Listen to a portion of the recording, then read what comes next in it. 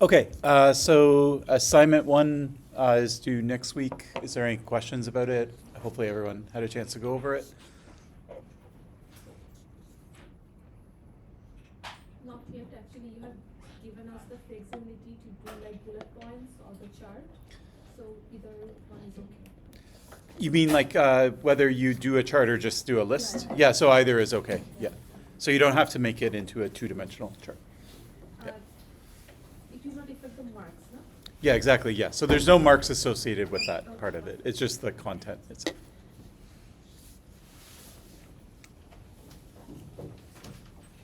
Other questions?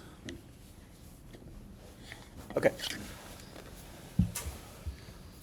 And then, yeah, so it'll be due next Wednesday, and then if you use your slip day, it'll be due on Friday instead.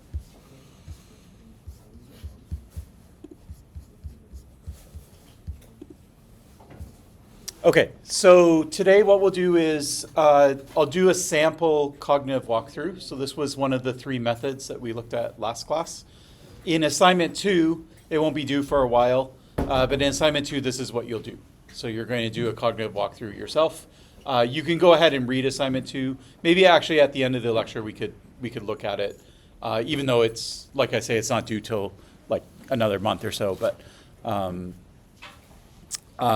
yeah, it will be doing this. So anyways, this is a lecture to pay attention to because it will help you for assignment two.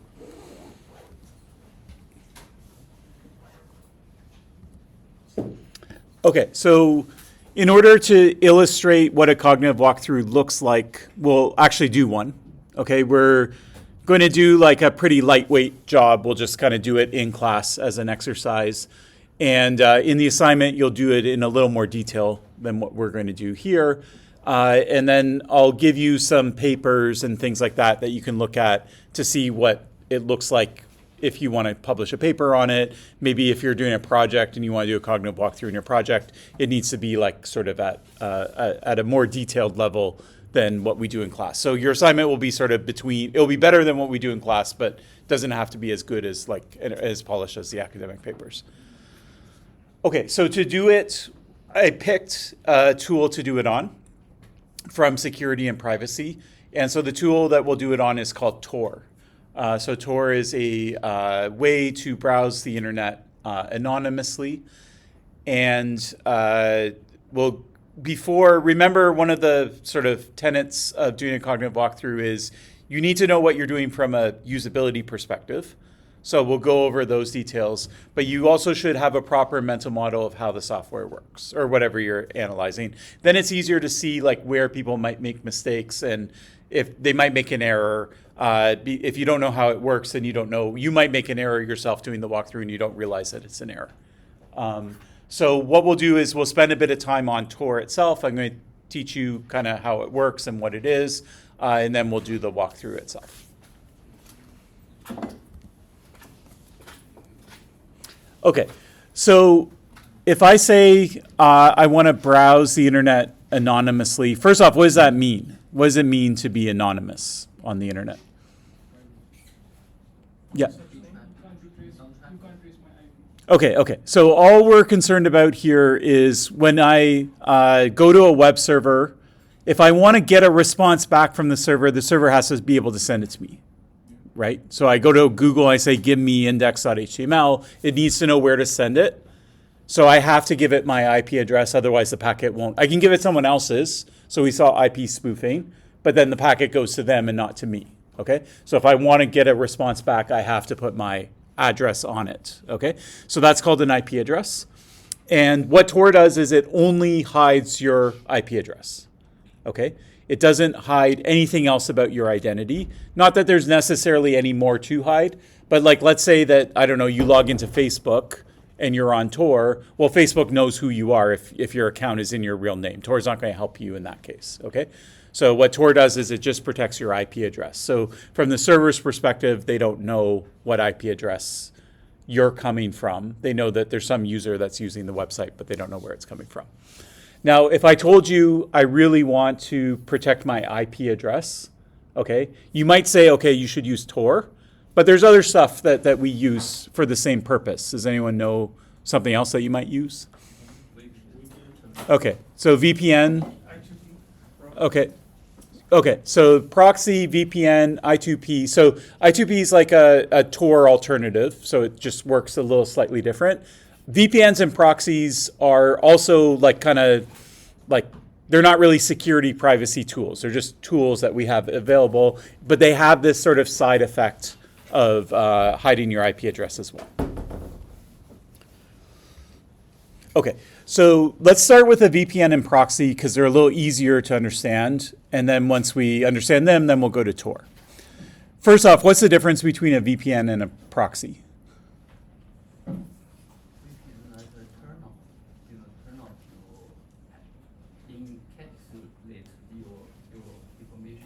Okay, sure.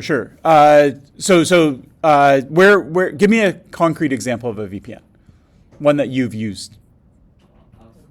Yeah, so Concordia's. Okay, so what does that mean? So I'm staying at home. I'm using a VPN into Concordia. What does that mean?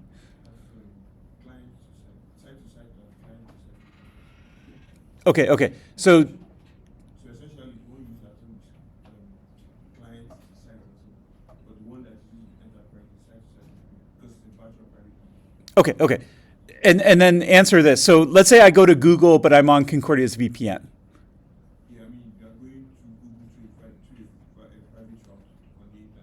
Okay, and what's private? Oh, there's a couple of things here. So let's start with the private. What does private mean? Okay. So it means that there's some sort of encryption on the channel that stops it. Yeah. Virtual private network is basically this. If you want to connect to some network where you're not physically in it. Yeah. It's not really meant for security per se. Yeah. For example, we use here 4G client, I believe. If Yeah. you want to access Concordia out of Concordia, you use it. So it's not really a security thing. It's just somebody to access a network, but you're not physically present. Okay. So Concordia might lock, for example, there's, I used to collect assignments on this tool called EAS that engineering puts up. So it's on ens.concordia.ca, and everything on that subdomain is VPN access only. So students would have to connect to the VPN, then they would be able to access the website. If you went to the website without the VPN and you weren't on Concordia's campus's website, on their network, it would just hang. It was like the website didn't exist. Okay, so you're right. So VPNs are really about you're external to the network. I'm going to bring you into the network using the VPN. Now you're in the network, and now you can have the same privileges as if you're on Concordia's Wi-Fi or you have a LAN connection to Concordia. So that's the purpose of a VPN. So a VPN is meant to make it look as if you're inside the network, okay? But the way it does it, so how does it actually do it? What it does is it puts a computer that's on Concordia's network, and that's going to serve as basically a proxy for you. So if I want to send traffic, I'm going to first send it to this computer, this VPN server that's inside of Concordia, and then the traffic is going to go from the VPN server to wherever I'm trying to go. So if it's internal, it will look like it came from the VPN server. So the internal website the internal server, it will look like the VPN was asking for the information, but the VPN is actually asking for the information on my behalf. Now, let's say I go to Google and I'm connected to the VPN. What Google sees is it sees the IP address of the VPN. Okay, so it sees Concordia's IP address. It thinks somebody's on Concordia's network asking for it. It sends a response back to the VPN server, but then the VPN server takes it and turns it around and forwards it to me. Okay? Proxies are exactly the same. Okay? So proxy is also a server that sits in the middle. A VPN is a proxy, we'll say. Okay? But there's a slight difference in how they're used. Now, let's go back to this idea of virtual private network. What that means is that there's encryption between me and the proxy. So I'm outside the network. Here's Concordia's proxy. And then this could be inside of Concordia or could be somewhere else, okay? And on the channel between me and the VPN, there's encryption. VPN itself has a protocol for that encryption, okay? So it's part of VPN, okay? So anybody who's sitting between me and the server here, they can see that I'm talking to the server, okay? But they can't read the contents of what I'm saying. Okay, so the outside of the envelope has the IP address of the VPN. Otherwise, my packet wouldn't get routed to the VPN. Okay, so people can see who it's from. It's from this address. It's going here, but anyone in the middle can't read it. Okay, is there encryption from the VPN to Concordia or whatever web server you're going to? That's going to depend. Okay, it has nothing to do with the VPN. Once it leaves the VPN server, then that's depends on what you're using between you and the server. Okay, so there's a protocol called HTTPS. If HTTPS is used, then there will be encryption here. And if HTTP is used, not HTTPS, then there will not be encryption here. Okay, so VPN just protects you to the proxy. That's it. Okay, and then in terms of anonymity, VPNs are not meant to make you anonymous. That's not the goal of it. But it has this side effect of making you anonymous because Concordia sees the VPN's IP address. They don't see yours. Okay? So you can use a VPN as if it were an anonymity tool, even though that's not the original purpose of them. But now they're being marketed that way. Okay? So sometimes you'll go on the web and they'll be like, oh, sign up for our VPN service because it will help make you anonymous. Okay, so let's just summarize. So with a VPN or a proxy, you have a server in the middle, and I send my traffic to the server. The server turns around and sends it to wherever it's going. And in me sending it to the proxy, I'm also instructing it as to where I want it to go ultimately. So I'm saying, I have a packet, I want you to go to Concordia or whatever. Then the VPN will, because it's running that protocol, it will know how to handle this traffic. So it will strip off all the instructions and then it will do it. And then when it gets a response back, it will forward it to me. Does that make sense? Any questions about it? Yeah. If you buy a space on a cloud server and set up a Windows server Yeah. and use it as a VPN, it's probably more secure than this kind of VPN. Okay, so another way is, if you have some sort of cloud account that's able to forward network traffic, you can also do it that way as well. So whether it's a VPN or a proxy just has to do with the protocol you're using to talk back and forth. In this case, you might be SSHing into another computer and then sending the traffic to and from that computer. So in that case, it would be SSH here as opposed to VPN. Is it more secure? It's sort of a complicated answer. So it depends on, security is too vague of a concept. So is it more anonymous? Yes, because you're not giving your real IP address.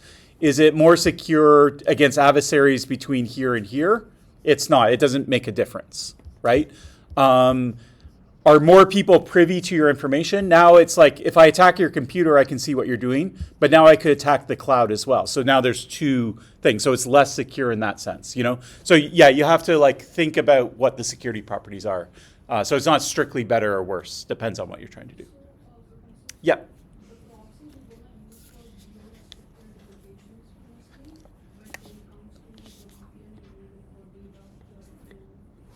So there's no real difference between when you use them. VPNs tend to be offered, like the example was Concordia will offer it because they want to bring you into the network and then have websites that are only accessible to people on the network. So the original design behind VPN is different than the original design of proxy. But in terms of how they're actually used and mechanically how they work, they're identical. So the main difference is just the protocol basically between here and here. So the protocol for a VPN will be VPN's own protocol. I don't know what they call it, but they have their own protocol. And a proxy will just run over HTTPS or HTTP. So proxies will just run over a normal protocol, network protocol. So the only difference is the protocol, and then the purpose behind them is different as well. So VPNs were more for corporate environments and things like that. So the only difference in execution is the protocol between here and here, basically, yeah. So what the instruction is, I have to instruct it to go to Concordia. So how I format that instruction will be different. And then the kinds of encryption that I use, they'll both be secure forms of encryption, but it will be a slightly different protocol, perhaps. I don't know what VPNs use these days. And there's new protocols too, like Concordia's VPN has this telemetry thing.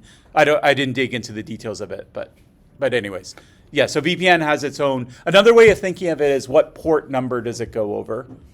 So if it's HTTPS, it's going to go over port 443. If it's VPN, VPN has its own port. Yeah, and so it will go over a different port kind of thing. So anyways, it's just a different network protocol, but it has the same effect of you sending your traffic to a device in the middle, and then it's forwarding it on your behalf. Yeah, and from this server's perspective, they don't see your IP address ever. They only see the IP address of the one in the middle. Yeah. You know, in China, we use VPN. I mean, some kind of VPN to visit Google or something. You know, but if the middleware, I don't know how it. Yeah. The You can call it proxy. Yeah. Yeah, proxy. If they want, they can know the real IP address of us. They can know that, right? Okay. If there are another security issues that it may, to leak our personal information, is that right? Yeah, exactly. Well, let's walk through it. So that's the question actually that we want to answer. Okay. So Alice is in China. She's accessing some website that's banned. It's blocked. Okay. If this proxy is inside of China, does that work? Can she access the website? No, because then the Great Firewall of China will just block it between here. Okay. What if the VPN is outside of China? Okay, then it works because she hops outside of China, and then she can access the website. Okay. Now it does assume that the government isn't just going to block all VPN traffic, which it could do, right? And it also assumes that the government isn't doing deep packet inspection to see that, oh, this is a message to the VPN that ultimately is going to Google, which is banned. Okay. Now, if you have encryption on this channel, then you can't do deep packet inspection anyway. So at most, the government could just blanket ban all proxies, ban all VPNs. Okay. And when we get to Tor, that's exactly what happens. But we'll get there eventually. Okay. Now, here's another question. Let's say the government really cares about you, and they see that, oh, you're doing something and it's encrypted. I don't know what it is that you're doing. I want to know where you're going, right? Okay, they can't tell it just by sitting here, okay? But what if they were somehow able to take over the proxy? Maybe the proxy was actually put up by the government, right? You don't know about it, right? Is that enough? Could they then tell what you were doing? So the answer is yes, right? So if they run the proxy, then they'll see the traffic from you come in, and they know that you're asking to go to Concordia, right? So they can link those two things together, okay? So your anonymity, if you want to think about a person at Concordia trying to figure out what IP address is originating the traffic, they could see it coming from the proxy. They could then go to the proxy, and if they took over the proxy, or if it was their proxy, or the proxy kept server logs of all the traffic, and they were able to get it maybe legally using court documents or something like that, then they could figure out who Alice is. Okay? So from an anonymity perspective, this is a very simple scenario, but your anonymity lies in the middle entity. Okay? So if anyone who's in the middle here knows what you're doing online. Okay? All right. And then I was just mentioning that VPN will have a custom encryption that will keep things encrypted between you, and that's why you need a VPN client. You need a special client on your computer because you need the software that's going to create these tunnels to the VPN server. If you use a proxy, your browser comes with that already.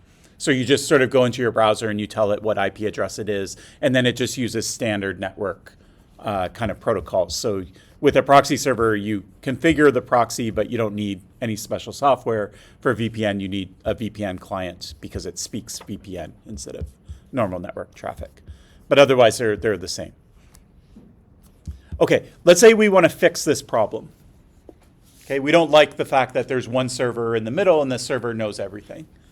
What could we do? Okay, what if we go through two proxies? So we send it to proxy A sends it to proxy B, proxy B sends it to the website. Did I just like double my exposure? Like now there's 2 servers that you could take over, and if you take over any of them, then you learn who I am? Or is it the case that you actually have to take over both of them? If you take over one and not the other, it's not good enough. Now you have to take over both of them.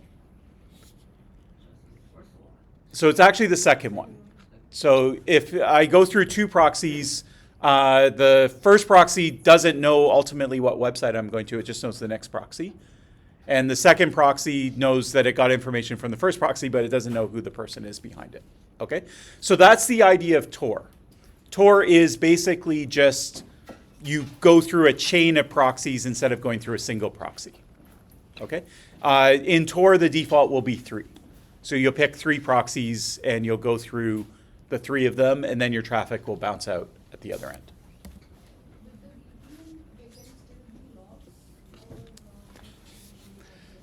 Okay, so the thing is, here's the thing about logs. First thing is, does Alice know whether this is keeping a log or not?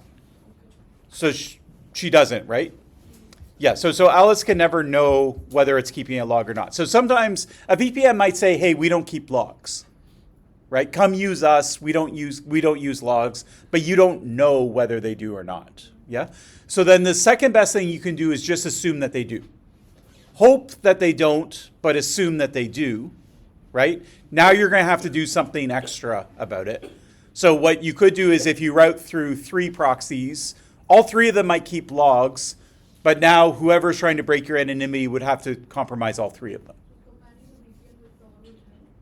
So in this case, okay, maybe circle back to that question later, but the short answer is no, not really. Like Tor is a replacement for the VPN. It's already doing what the VPN does. You could VPN before you go to Tor. It adds, whether you use Tor with 4 nodes or you add a VPN in Tor with 3 nodes, they're the same. It's the same concept. Yeah, yeah.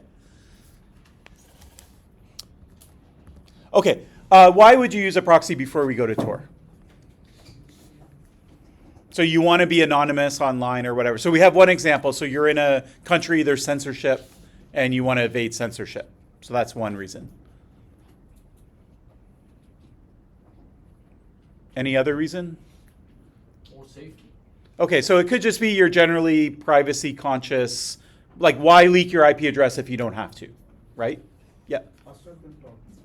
So I'm not saying why use a VPN instead of Tor. I just mean why try to hide your IP address anyways. Yeah. Okay, so you might be a criminal. Okay, so criminals are going to use Tor. Not necessarily. Most people are very skeptical when it comes to cloud applications, especially Gmail and Google Drive. Most people don't save their information on the cloud, so it might just be paranoid. The person might just paranoid. Absolutely, yeah. So you could be a privacy enthusiast. You might as well use it. Like, why not? I mean, I don't want my information to be in the cloud. Exactly. Yeah. Machine language that reads more like it models what you do. Yeah, 100%. So like, why even leak it if you don't have to, right? So that's a good reason too. So some people use it. Now, what's the downside? Why don't we all use Tor? Why doesn't your iPhone just use Tor? Your iPhone uses VPNs now. Like it can, or it can like do Mac spoofing, and like there's a bunch of privacy stuff that it just does. Why doesn't it use Tor? Well, it goes back to the slow property. So we'll see that in a bit. But anyways, okay, so criminals use it. Normal, everyday people use it. People in countries that have censorship use it. Law enforcement use it. So criminals will use it. But let's say the police are investigating someone, right? They might want to go to the website. Like say I have a website and the police want to come to me, right? If I'm keeping logs, I'll go through and be like, oh, the RCMP are looking at my website. Like, what's up with that, right? And so they'll use Tor when they're doing investigations in order to not leave traces as to the fact that they're doing the investigation. And not just like police, it could be intelligence, national intelligence, security, whatever. Yeah. And then there's one other use case that I can think of. Sorry, say it louder. Direct routing. Okay, that wasn't, but what do you mean by that? Like, suppose your ISP takes a complicated routing to your destination. With VPN, you can directly Okay. get there. So if you think you know a better way to route it, then you could force it Yeah. in a particular way. Yeah, so that could work as well. So this is actually related to routing. It's not that exact issue. Okay, I like soccer, right? And sometimes, let's say I want to watch a game, and it's let's say it's on television. I have a service, I pay for it, but it's on TSN here, and so I'm not going to be able to watch it.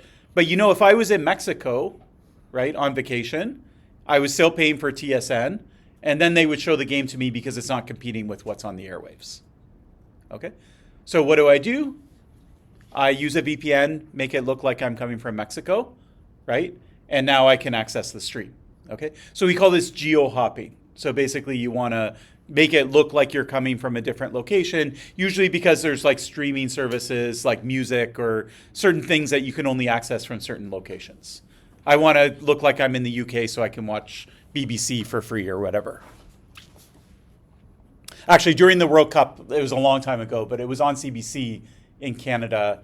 What year would this been? Like 2014? Was there a World Cup in 2014? Yeah. Yeah, so it was the 2014 one. And yeah, so CBC's free. So actually anyone could watch the World Cup, but you had to be in Canada. And that week I happened to be at a conference. And so I would VPN into Concordia, and then I could watch it. And yeah, it was great. Anyways. Okay, so law enforcement, dissidents, journalists, that type of stuff. You're operating in a place that's hostile. You're scared of the government tracking what you're doing. Internet censorship, geo-hopping, crime, privacy. The main thing is, there is a misconception that Tor is just used by criminals. So the main point I'm trying to make is that it's not just criminals that use it, right? It could be used by all sorts of people. You should use it. Okay, so why don't you just always use it? Why isn't it just always on? The main thing is you're going to pay a penalty in terms of performance. That's more or less the only reason. If the performance was identical, then you might as well just turn it on and everyone uses it. Maybe sometime in the future, 5-10 years, that will be the case, but we'll get there. Also, in terms of performance, there's a slight difference between latency and bandwidth. So these are two things that make the internet slow. Latency is sort of like the round trip time, right? So I send a message, how fast do I get a response? If there's a lot of latency, it takes a long time to get there, it takes a long time to get back. Bandwidth is like how fast can you send information, okay? You could have a system that has high bandwidth but high latency as well.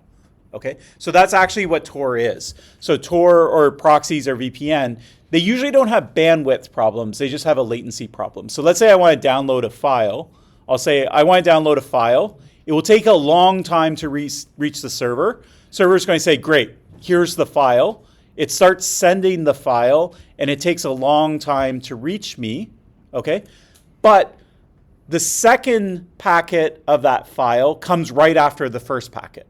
Right? Because it says, here's packet 1, here's packet 2, here's packet 3, and it's sending it to me very, very fast. There's a delay before I start receiving it. But once I get over that delay and receive it, I'm receiving it as fast as it's sending it. Okay? So I don't have a bandwidth issue, right? It takes a while for the download to start, but then once it starts, it comes down just as fast as if I weren't using a proxy in the middle or a VPN, okay? So that's usually the problem that we have with these things. So it's usually a latency problem, not a bandwidth problem. So it's actually fine if you're watching movies or streaming or doing BitTorrent over these types of things. It's bad if you're playing a video game and you need like low ping time or something like that. Okay, so Tor works as follows. So you will have a Tor client. It's going to use a custom protocol.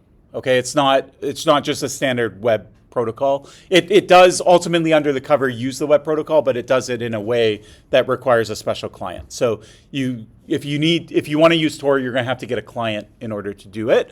That's what we're going to do eventually. Okay, we'll look at the usability of it.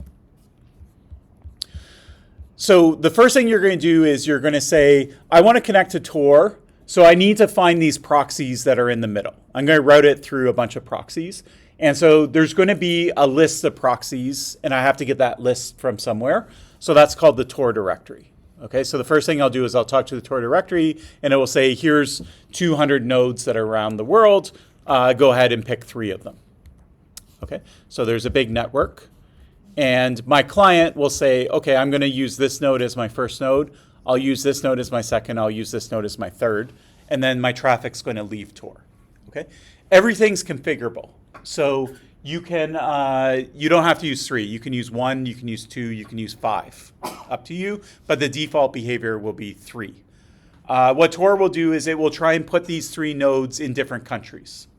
Okay, so your traffic might go to the United States, and then it might go to Germany, and then it might go somewhere else, and then it will go off to wherever the server is. Okay, and the reason they're doing this is so that if a government were to go to one of these nodes and either operate it or get logs or force the people to put in logs or whatever it is, you would have to compromise, like you'd have to do that legally in 3 different jurisdictions. So it should be difficult to do. Okay, so the way it works is you set up the network through a method that we call a telescope. So it's a little complicated, but we'll go through it. The main thing is, you know, Alice could just connect to these 3 nodes and say, hi, I'm Alice, I want to use you as node 1. Hi, I'm Alice, I want to use you as node 2. Hi, I'm Alice, I want to use you as node 3. The problem is if she tells node 3 who she is, then using node 1 and 2 is pointless. Like it doesn't add any anonymity, because if I compromise node 3, then I know who Alice is. Okay, so Alice wants to identify herself to node 1.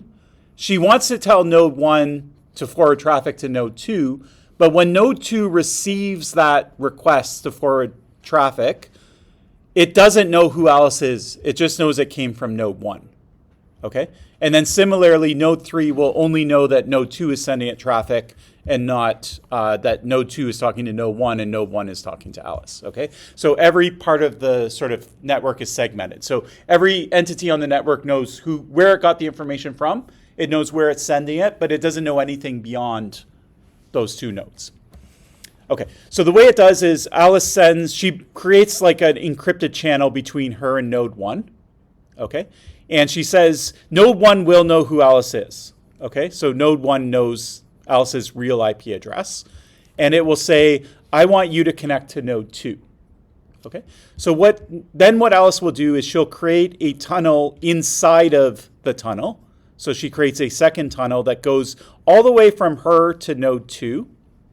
Okay, so what that means is node 1 can't read what's inside this inner tunnel. Okay, but when the information over the tunnel is passed to node 1, what node 1 will do is it will replace the IP address, the recipient IP address, with its own IP address. Okay, so N2 will be able to decrypt information. The information comes encrypted all the way from Alice to N2. So node 1 can't see what's inside the tunnel. But as far as node 2 is concerned, the IP address is node 1. Okay, then she'll do the trick again. She'll create an encrypted tunnel all the way to N3, okay? But she'll first send it to N1. N1 will replace the IP address with its own. It will forward it to N2, and then N2 will replace the IP address with its own, and then it will go to N3. So N3 has information that only it and Alice can see. So Alice is putting it in the green tunnel on her client, and it's making it all the way to N3. N2 and N1 can't decrypt what's in the green tunnel. Okay, so they have no clue what's in the green tunnel. And N3 only knows that it's coming from N2. It doesn't know that it's coming from N1 and from Alice. Then it will go to the website itself. Okay, so what's in the green tunnel would be the instruction, I want you to form a connection to concordia.ca. So that's why it's important that N2 can't read that. Because if N2 could read it, right, then N2 would know, then there's no point in having N3. N2 would know, oh, there's some user, and this user wants to go to concordia.ca. Okay, so all we want N2 to know is that it's forwarding information to N3. We can't have it know what the ultimate destination is. Okay, similarly for N1, N1 knows it's forwarding traffic to N2. If it could drill into these tunnels and actually read the information, it would see that information is going to N3, and if it drilled into the green tunnel, it would see that it's ultimately going to Concordia. Okay? If N1 knew the traffic was going to Concordia, then N1 is just a single proxy in between. It's a proxy that knows where the traffic's going to Concordia, and as we said, it knows Alice's true IP address. Okay? So then it's just as good as having one proxy. Okay? Now these tunneling details, it's kind of complicated. I'm not going to like have a final exam question on like how it tunnels or anything like that. But I just want to show you that the property that we want is that every node only knows the node before it and the node after, and it doesn't know anything beyond that. You can also use an encrypted tunnel inside of everything between you and Concordia itself, okay? Now, this has nothing to do with Tor, okay? That's just like if you go to a website and there's a lock and it's over HTTPS, then you have a secure tunnel that goes all the way to that website. And if you don't see the lock, then you don't have a secure tunnel. And the point, though, is that the secure tunnel is not from N3 to Concordia. It starts all the way at Alice. Okay, so that tunnel goes all the way. So even though you're routing your traffic through Tor, if you have a lock, they can't read anything. All they're doing is forwarding your traffic. They can't actually look at what's inside the traffic itself. HTTPS is something we'll talk about for the next 3 lectures. So you'll learn all about what that protocol is. Okay, so we call this onion routing because like you can think of it as like the chunk that gets sent from Alice to N1. It's kind of like encryption inside encryption inside of encryption. And then N1 kind of peels off the first layer, the yellow layer, and sends it to N2. N2 peels off a layer and sends it to N3. N3 peels off a layer, and then either you have plain text or if there's HTTPS, then it forwards it to Concordia, and Concordia peels off the last layer. Okay? So it's sort of like layered encryption. And it also kind of looks like a telescope where, you know, it's sort of, yeah. So anyways, they call it either telescoping or onion routing, this idea of encryption inside of encryption. Okay, so this is the properties that you need to know. So entrance node 1, it knows Alice's IP address. Okay. Node 1 is a Tor node. Okay, so if Alice is coming to it speaking Tor, then it knows Alice is using Tor, right? Otherwise, it wouldn't be asking it. Okay, so node 1 knows Alice's IP address. It knows that Alice is using Tor. And N1 has to forward the information to N2. So it has to know who node 2 is. Okay? So that's what N1 knows. Okay? What N1 does not know is who's the last node, and it doesn't know the website that's ultimately being visited. Okay? So I'm N1. I know Alice's real IP address. I know she's using Tor. Okay? I don't know, and I know that I'm supposed to forward my information to N2. But I don't know who N3 is, and I don't know who Concordia is, okay? So if you take me over, or I'm bad, or I'm colluding with the bad guys, all you know is that Alice is a Tor user, okay? But you don't actually know what website she's visiting. Similarly for N2, so N2 knows the node 1, which is called the entry node, and it knows N3, which is the exit node. N2 does not know Alice. Doesn't know Alice's IP address, and it doesn't know Concordia, that somebody's visiting Concordia, okay? So N2 knows like nothing. It basically just knows that I'm in the middle of some Tor connection. I know who I'm getting the information from. I know where I'm supposed to send it, but I don't know anything about the website that's being visited or who's the Tor user. Okay, N3 knows the website that's being visited. So it knows that somebody who's using Tor is going to concordia.ca, but it doesn't know that it's Alice. It could be anybody that's on Tor, okay? So it just knows that some Tor user at this point in time is visiting concordia.ca, And the middle node, it knows as well, because that's where it's getting the information from and it's sending the responses back. But it doesn't know anything about Alice at all. Okay? So no one server knows everything. If you want to figure out what website is Alice visiting, or if the website wants to say who's visiting me, you would have to compromise all three nodes to connect that puzzle. Okay? Now, there's a slight complication to it, which is, let's say that you can't compromise all three of them. Let's say you can compromise two of the three. And let's say that you can compromise N1 and N3. So you have the entrance node and you have the exit node. Okay? In this case, you can't conclude that Alice is visiting concordia.ca. But what you could do is you could say, hey, Alice is sending traffic into node 1 because I'm node 1, right? I'm sending it off to node 2, and it's weird because every time I send I send 12 packets to N2, exactly 12 packets go from N2 to N3. Okay? Like a second later, right? And then a response comes back and it's 6 megabytes. And so I send that off to N2, and then a couple seconds later I get 6 megabytes at N1. And I'm supposed to send it off to Alice. You can pretty quickly figure out that Alice is the user that's talking to N1, and Concordia is the website that Alice is that's visiting. Okay, so somebody who can sit, and you don't have to be N1. You can also be on the wire between Alice and N1. And similarly, you don't necessarily have to be N3. You just have to be on the wire between N3 and Concordia. If you can sit on those wires, you can do a timing attack where you look at the packets that are going in and you see a pattern, and then you see that exact pattern come out a couple seconds later here. Then you can connect, you can infer that it's Alice connecting to this website. Okay, so we call that a fingerprinting attack. So that's also possible. So what Tor says is, it says, hey, we don't protect against that attack. You got to know that if you're using Tor. Okay, so if you're in a situation where you think that there's an adversary between you and Tor, and there's an adversary between Tor and the website, and they're colluding, they're comparing notes, then we can't do anything about that. Okay, so we call that a global adversary. Are there scenarios where that occurs, where there are global adversaries?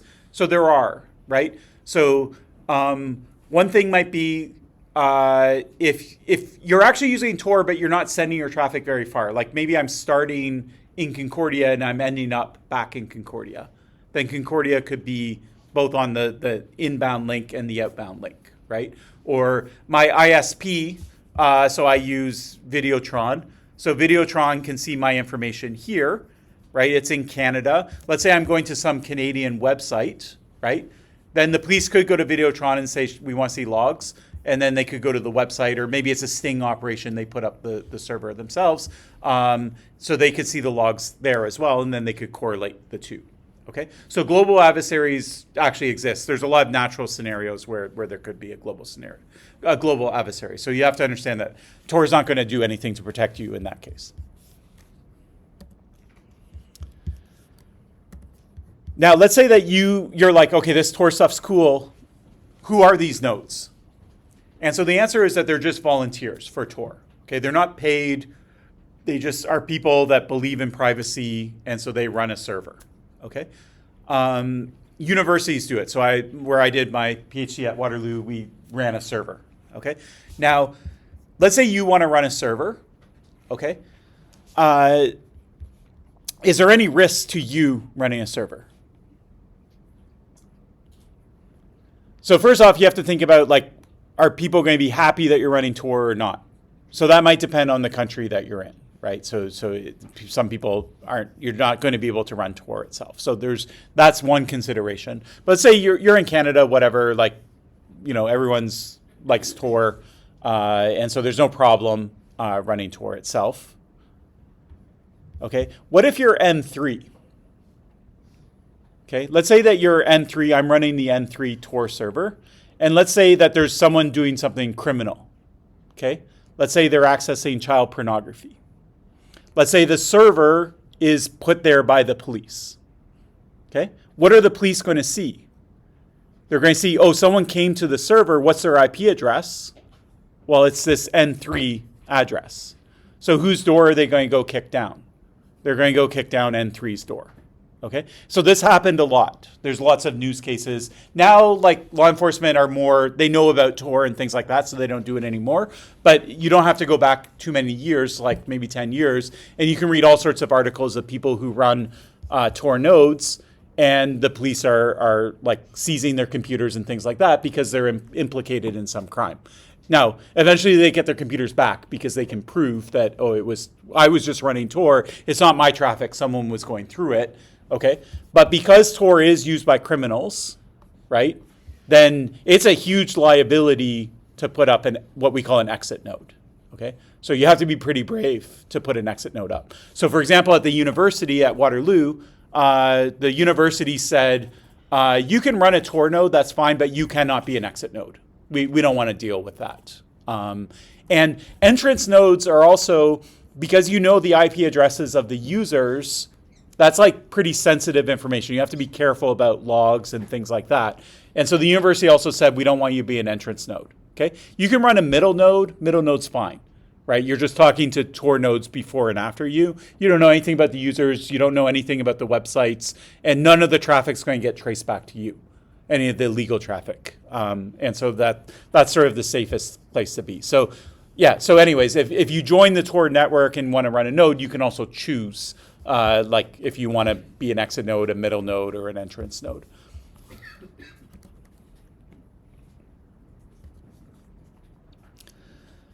Okay, another thing is, forget about Tor for a second. We said that Tor gives you anonymity. Okay, so Tor hides your IP address. Okay, what does anonymity actually mean? So if I'm the server, let's say I'm Google, right? And I'm like, okay, there's this IP address that's visiting me right now. I'm really interested in who that is. Okay? And then I dig into it a bit. And remember, the Tor directory is public, right? So I'll just see, oh, I have traffic from N3. Okay? And I can go to the Tor directory anytime I want, and I'll see that N3 is one of the IP addresses in the Tor directory. So I know it's a Tor node. Okay? So I'm like, okay, I don't know who's visiting me. I just know that they're coming over Tor. Okay? So it could literally be anyone on the internet that's visiting me. Okay? Now, is that actually true? Could it literally be anyone on the internet?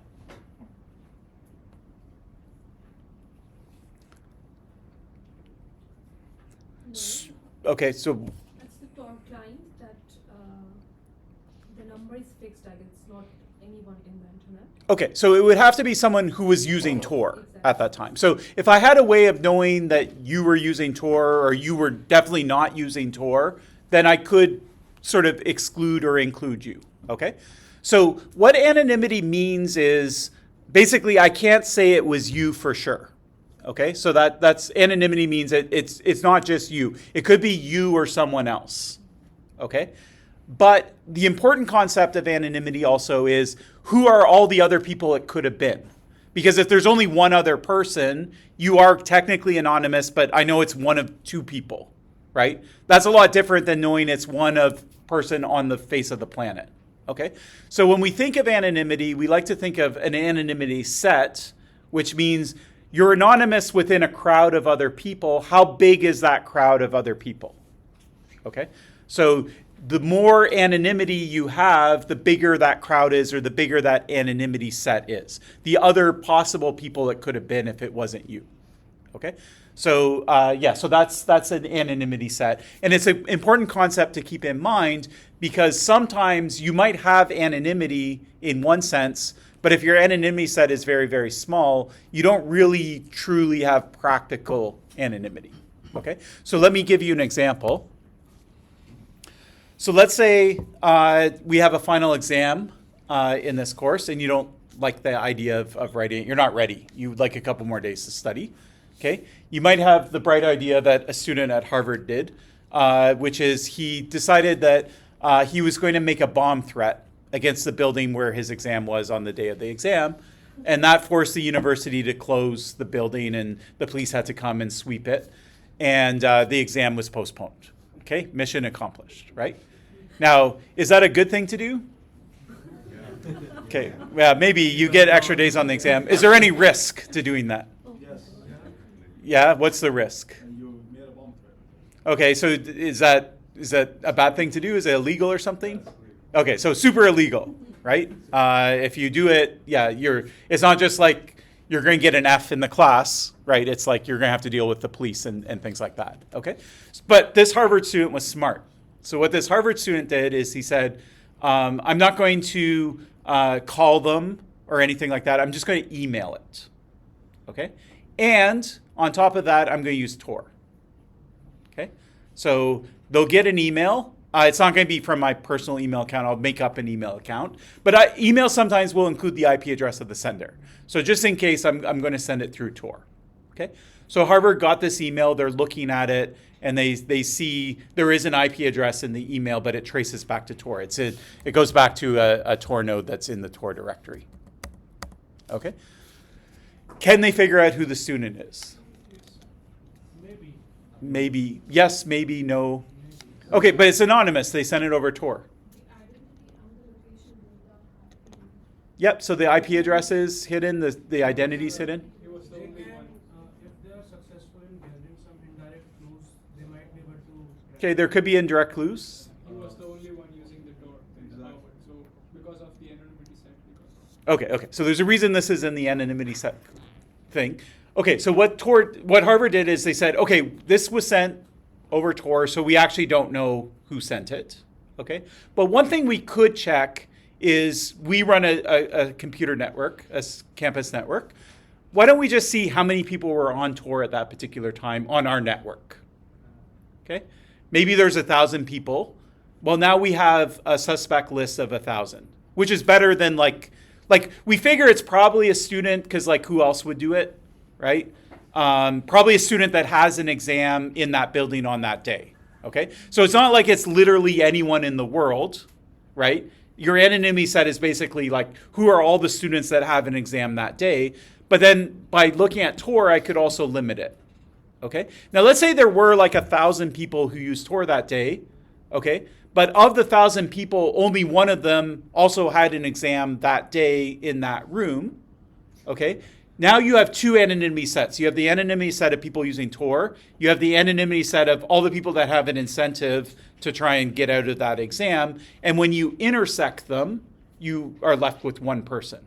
Okay? Now, it was even worse for the student. So it was actually what was suggested. When they went and said who's using Tor, they found out there was actually only one person, right? That happened to go on Tor like right before the email was sent and then went off Tor right after the Tor was sent. Okay, now does that prove that they sent the email? It doesn't. Okay, so it's circumstantial evidence, right? But anyways, they brought the student in and said, they started questioning them and then they confessed right away. They were scared. So it turned out that was the student and so the student was caught as a result. Now, let's say the student didn't send the email from the campus network. Let's say they went across the street to Starbucks, went on the Wi-Fi at Starbucks and sent it. Would the outcome of the story be different? Yeah, right? Then Harvard, they know that it came from Tor, but they don't have the other piece of it. So Harvard in this case is actually a global adversary. They receive the email, so they're on the wire here, right? And because the user was on the Harvard campus network, they also control routers and things here on this wire here, okay? So they're seeing the traffic here, and they're seeing the traffic here. And so they're a global adversary. So that's how they were able to defeat it. Again, they couldn't say exactly that's what happened, but you can infer it just based on the pattern of someone connecting to Tor at the same time that this email shows up, and there's only one person. Okay, so anonymity sets are important to understand. You're only anonymous as your anonymity is only as good as the other people it could have been besides you. Okay, there's another sort of fringe benefit of Tor. So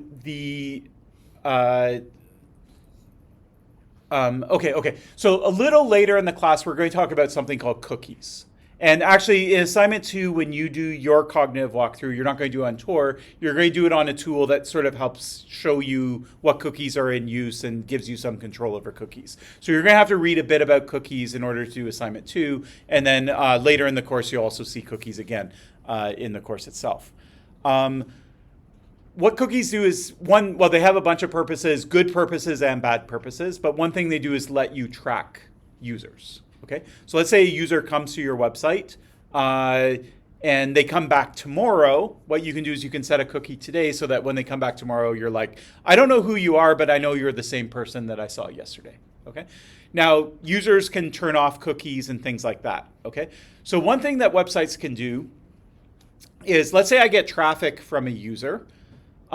There's all sorts of like features that have been added to the web to make the web a kind of smoother experience. So for example, what I might do is I might have like a weird font on my website. And by weird, what I mean is you don't have that font in your browser by default. Okay? But you do have the option of installing it.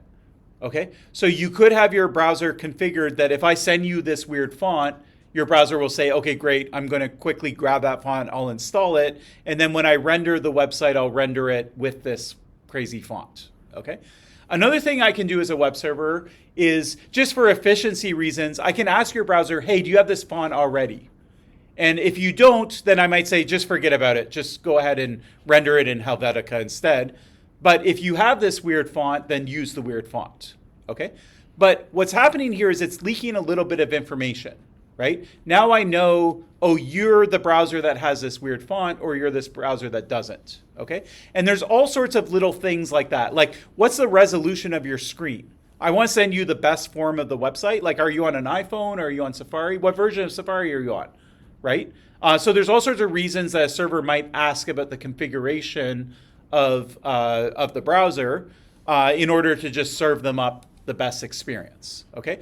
The problem is, if you add all this stuff up, everybody's like browser is now slightly different. The fonts that I have are slightly different than yours because it's based on what websites I've gone to in the past, and you've gone to different websites, right? And my operating system might be slightly different. Like, lots of people have the same operating system, same browser versions and things like that. But there's all sorts of like, what extensions do I have installed? What plugins do I have installed? And you don't need a lot of these things. You maybe 20 or 40 of them, and then you can uniquely identify users. Okay, so websites could build what they call super cookies, where they ask your browser 20 questions about how it's configured, and they write down the response, and they call that a fingerprint. And if you ever come back to the website, you're probably the only person in the world that has that exact configuration. Now I know that it's you that's coming back as opposed to someone else. Okay. So another thing that Tor does that's nice is it makes everyone's browser all the Tor users' browsers look exactly the same. Okay. So all these like weird configuration things, it gets rid of them. It sanitizes the browser. So the browser that's getting presented to the server for all Tor users will always look the same. So anyways, it's just a sort of side benefit of using Tor as well that gives you a little more anonymity. Okay, so now what we're ready to do is do the actual cognitive walkthrough of Tor itself. Before we do that, is there questions about Tor? I'm not going to spend any more time on how Tor works, so now's a good time if you have questions about Tor itself. Yeah, just one. Yeah. If we put more nodes or proxies, does it make slower process? Yes, so the more proxies you have, the slower it gets. The more your latency is, for sure, yeah. So that's why you could use 10 proxies if you wanted to, and you would have better anonymity, but it would be worse in terms of performance. So when they pick 3, it's kind of a balance between, it's pretty strong anonymity, but it also is reasonable in terms of efficiency. And secondly, you said like there is an attack that people do it, let's suppose the Concordia is sending a response to a node stream. Yeah. So I'm saying like, let's suppose the data is 12 MB, okay. Is it possible to reduce the data as it passes from node to node? So first off, because you're kind of stripping off encryption, the data is getting slightly smaller, but it will still be, you can still see the pattern. Like, it's going to be more or less the same size. You can do what you're proposing is called padding. You can't make the data smaller because you have to, If I'm saying something to you, I have to say it to you. It's going to take as much space as it is. But what I can do is actually the opposite. I can make it bigger. And if everyone, like say, everyone that wants to send a packet just rounds it up to a megabyte, then you'll have a bunch of chunks that are always a megabyte that are floating around. And now you can't tell, like you can't fingerprint the traffic as well. So that's been studied. Like there's 20 papers on padding. And again, there's a trade-off there. So it's less efficient. You're eating up bandwidth because you're sending like randomness along with it. And then some people, like they'll use very sophisticated machine learning like kind of techniques to try and like still see through the pattern even with padding or without padding. So I think the jury's out on like whether padding works, but Tor themselves have decided not to do padding because they just figure it's useless. Once the adversary has control of the entrance and the exit, there's not much you can do, and padding just makes it even less efficient. So it's not used in practice, but it is. Academics like talk a lot about whether it's useful or not. Can it be recalled? Like let's suppose Concordia send a packet. Is it possible to recall some of the data back? No, like it's the standard network. So in the same way that if once you send a packet, you can't get it back. It's the same. Yeah, there's no special things there.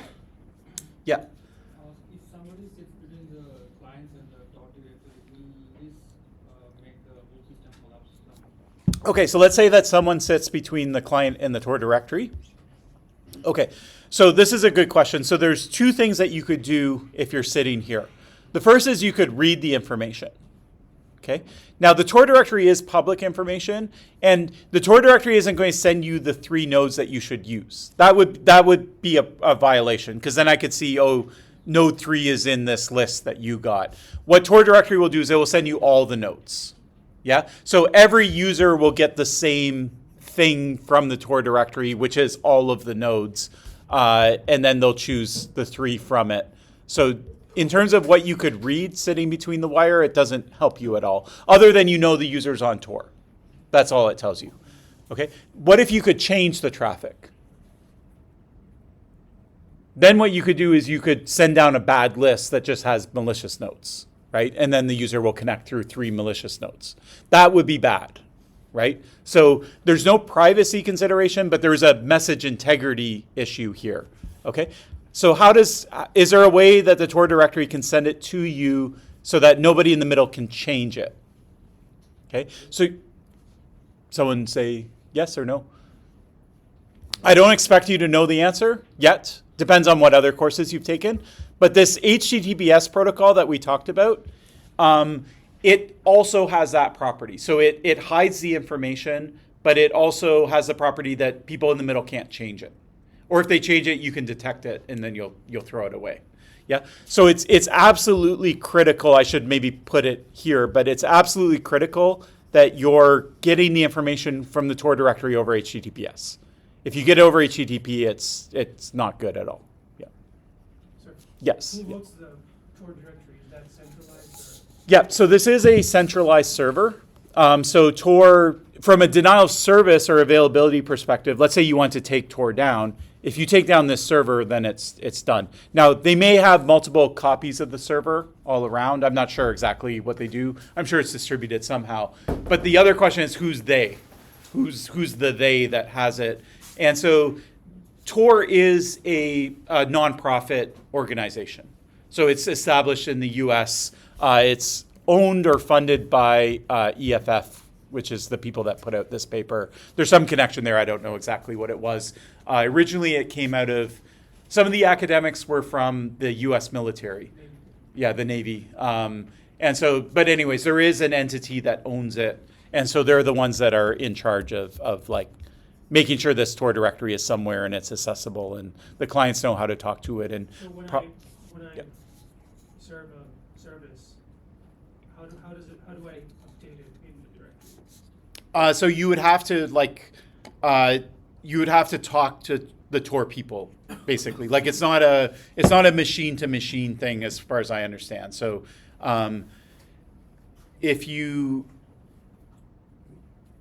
so I guess there's different cases. So let's say that you turn Tor on as a server for the first time.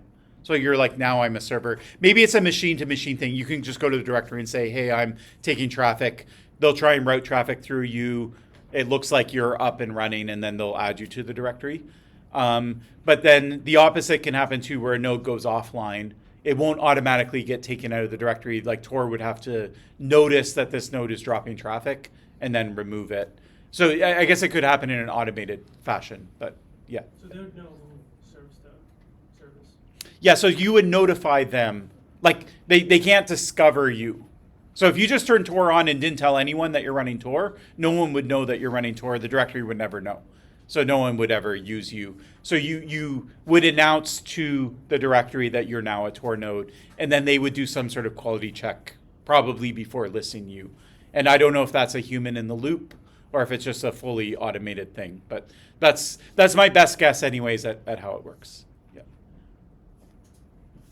Question? Yeah. It's like the other nodes are gonna verify the newer nodes. Yeah. So the older ones can vouch for the newer ones as well. That's how they verify. Oh, that's, you know that. Yeah. Okay. Sure.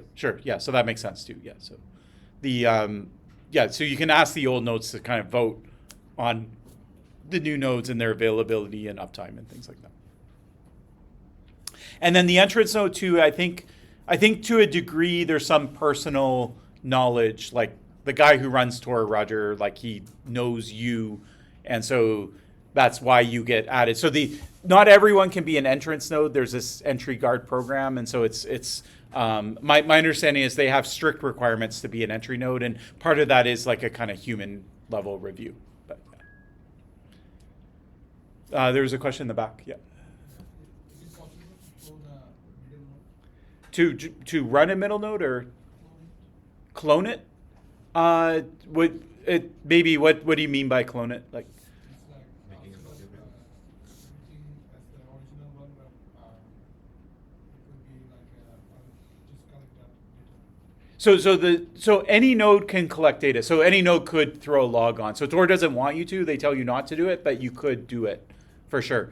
So you could do it if you want to clone in the sense of like, say I secretly run N1 and N2, but I want to make it look like they're completely different servers. That's also possible as well. So you don't know that N1, N2, and N3 are actually operated by different people. You know what countries they're located in, but it could be the NSA has servers in every country or whatever. So yeah, you don't know that information.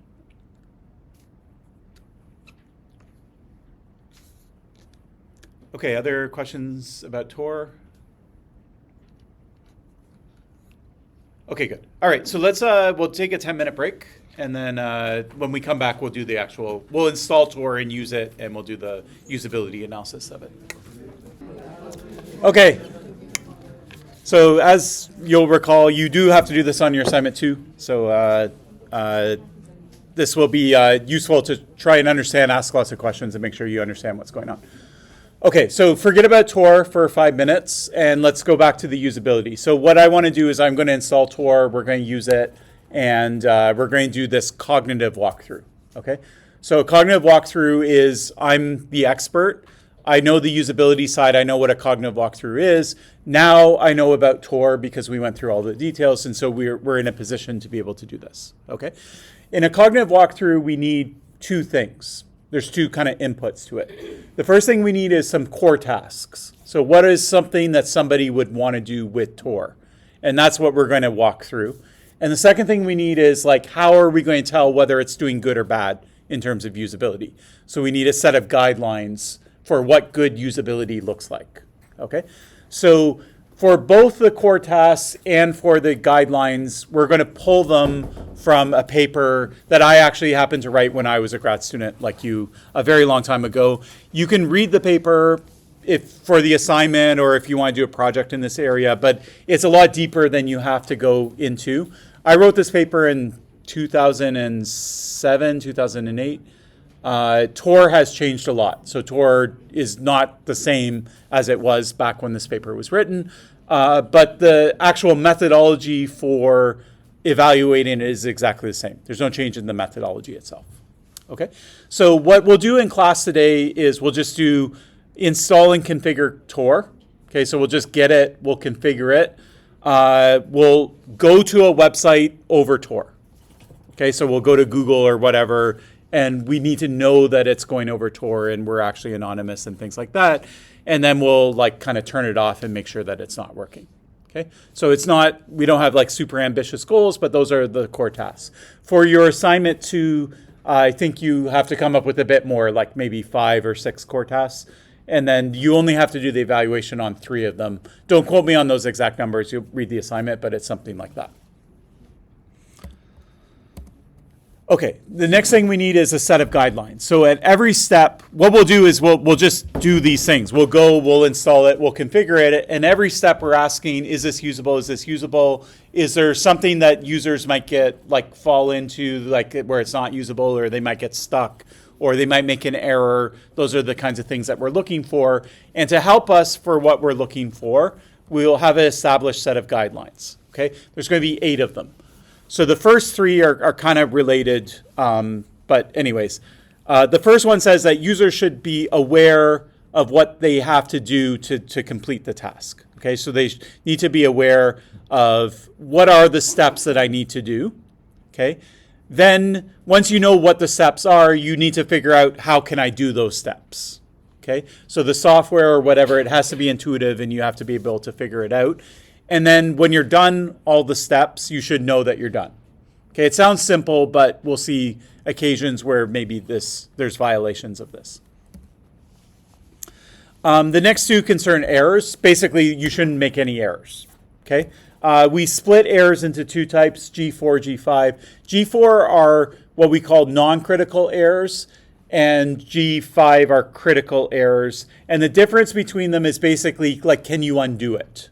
So if I make an error, but then it's going to cause a problem, but then I can fix the error, then it's a non-critical error. Okay? Let's say I go to a website and I think I'm anonymous, but I actually wasn't. That was a mistake. It was an error on my part. Can I undo going to that website? Can I get my IP address back from that website now that I visited it? I can't. Okay, it's done. My IP address is leaked.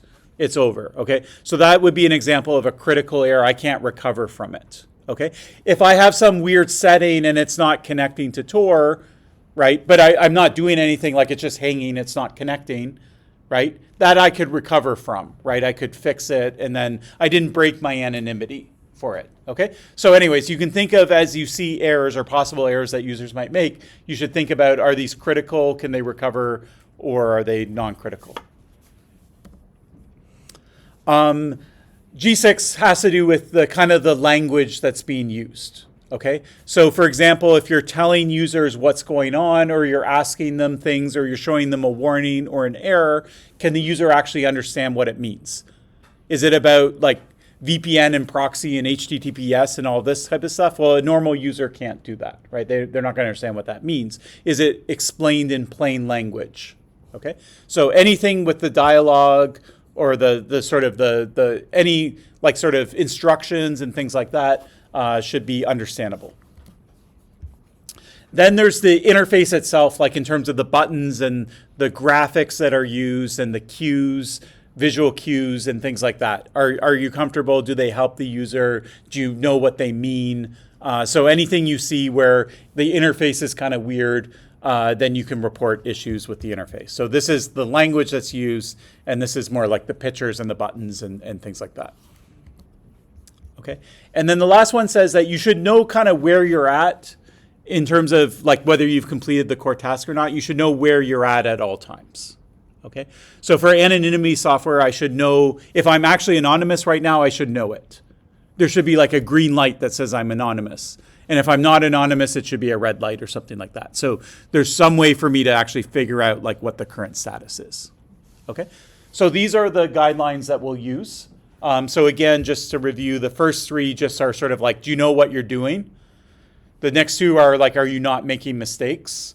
The next one is like, what about the interface itself? Some of it's language that's being used, and some of it's like the buttons and things like that. And then a special case of a button or some indication to the user of like what's the current status of it. Okay. Now these guidelines, they're not security guidelines. Okay, you can use this for any software. They are kind of oriented towards software. You could even try and use them for hardware, but you might have to change a few, like the language that's used and things like that. Hardware might not have language. But anyway, so these are pretty general guidelines. So they work for all sorts of things beyond security itself. Okay, and the way that they intersect strongly with security is really around G4 and G5, the two error ones, because security errors tend to be more severe. But other than that, like it's not like it's not a security usability thing. It's just a general usability thing. Okay, so any questions about this stuff? Okay. Then what we'll do is we'll do the, I don't know why it says this, but we're actually going to do it. We'll do the actual walkthrough. So how do we do it? I'll just say how we do it first, and then we'll do it. Basically, we just start doing the core task. So I want to download the software. I'm going to go and I'm going to download it. Then I'm going to install it. I'm going to go install it. So you just walk through the core task. And then at every step, what you do is you can comment on any of these things, okay? What you do not have to do is you don't have to say, like, okay, I just completed this step. How is it on G1? How is it on G2, G3, G4? You don't have to go through all 8 of them and then go to the next step and go through all 8 of them in writing, okay? In writing, all you have to do is, if you don't tell me anything, if you're like, I did this step, and you're not telling me anything about any of these guidelines, I assume that they're all okay. Okay? So you don't have to tell me if they're okay. If there's a problem with it, you do have to tell me that. Okay? So I want to know when there's a problem with it. And conversely, sometimes you will notice that, oh, it actually goes out of its way to be very useful. Like it does something like really well. Then you can praise it as well. So usability studies don't have to be negative. You can say, oh, they actually like took this complicated thing and they explained it in a way that's like really, really interesting. So that's really good on G6, which is the terminology that's being used, right? So your usability study can point out the pros and the cons, but all the negative things are what we're really interested in. And so what it would look like written up, I'll show you, and then we'll do the thing itself. So in class, I'm not going to write it up. I'm just going to say it out loud as we do it. But if you were to write it up, I'll show you the paper. Again, this is kind of like a more formal version of it. But I'll just jump into like the middle of it somewhere like random here. So you can see like it starts talking about like there's something that's green, and you know this is a feedback to the user, so that's like a G3 thing, and they know the status, so that's like good on G8. The colors are like traffic light colors, so like green is good, yellow is like kind of middle, and red is bad, so that's like good under G8. So it's comfortable, G7. So this is sort of how you write it. You just sort of you talk about what you see, and then you're kind of like throwing references to the guidelines as necessary. But you'll see that I don't say, you know, this visual cue, this is what I think in terms of G1, G2, G3, G4, you know, all the way to G8. I'm not saying that. I'm bringing up the guidelines as they're relevant. And if something is going good and it's good on all the guidelines, then I won't say anything. Okay? So that's sort of what a cognitive walkthrough would look like, is it's just sort of describing what you're seeing and then throwing in references to the guidelines. You can use pictures too sometimes. If it's easier to explain it with a picture, use a picture, if it takes so many words to explain it. But if it's something really simple and you could say it in words just as easily, then say it in words instead. Say again?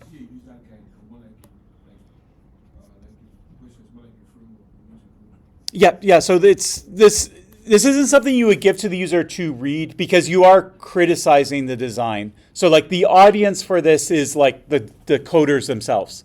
Like, so for example, after you're done your assignment, you could send that to the developers who made the tool, and then they would read it and they'd be like, oh yeah, I didn't notice that like maybe users would struggle with this, and fix it. So that's more the audience, whereas like a guide would be more like how you use it kind of thing. Yeah.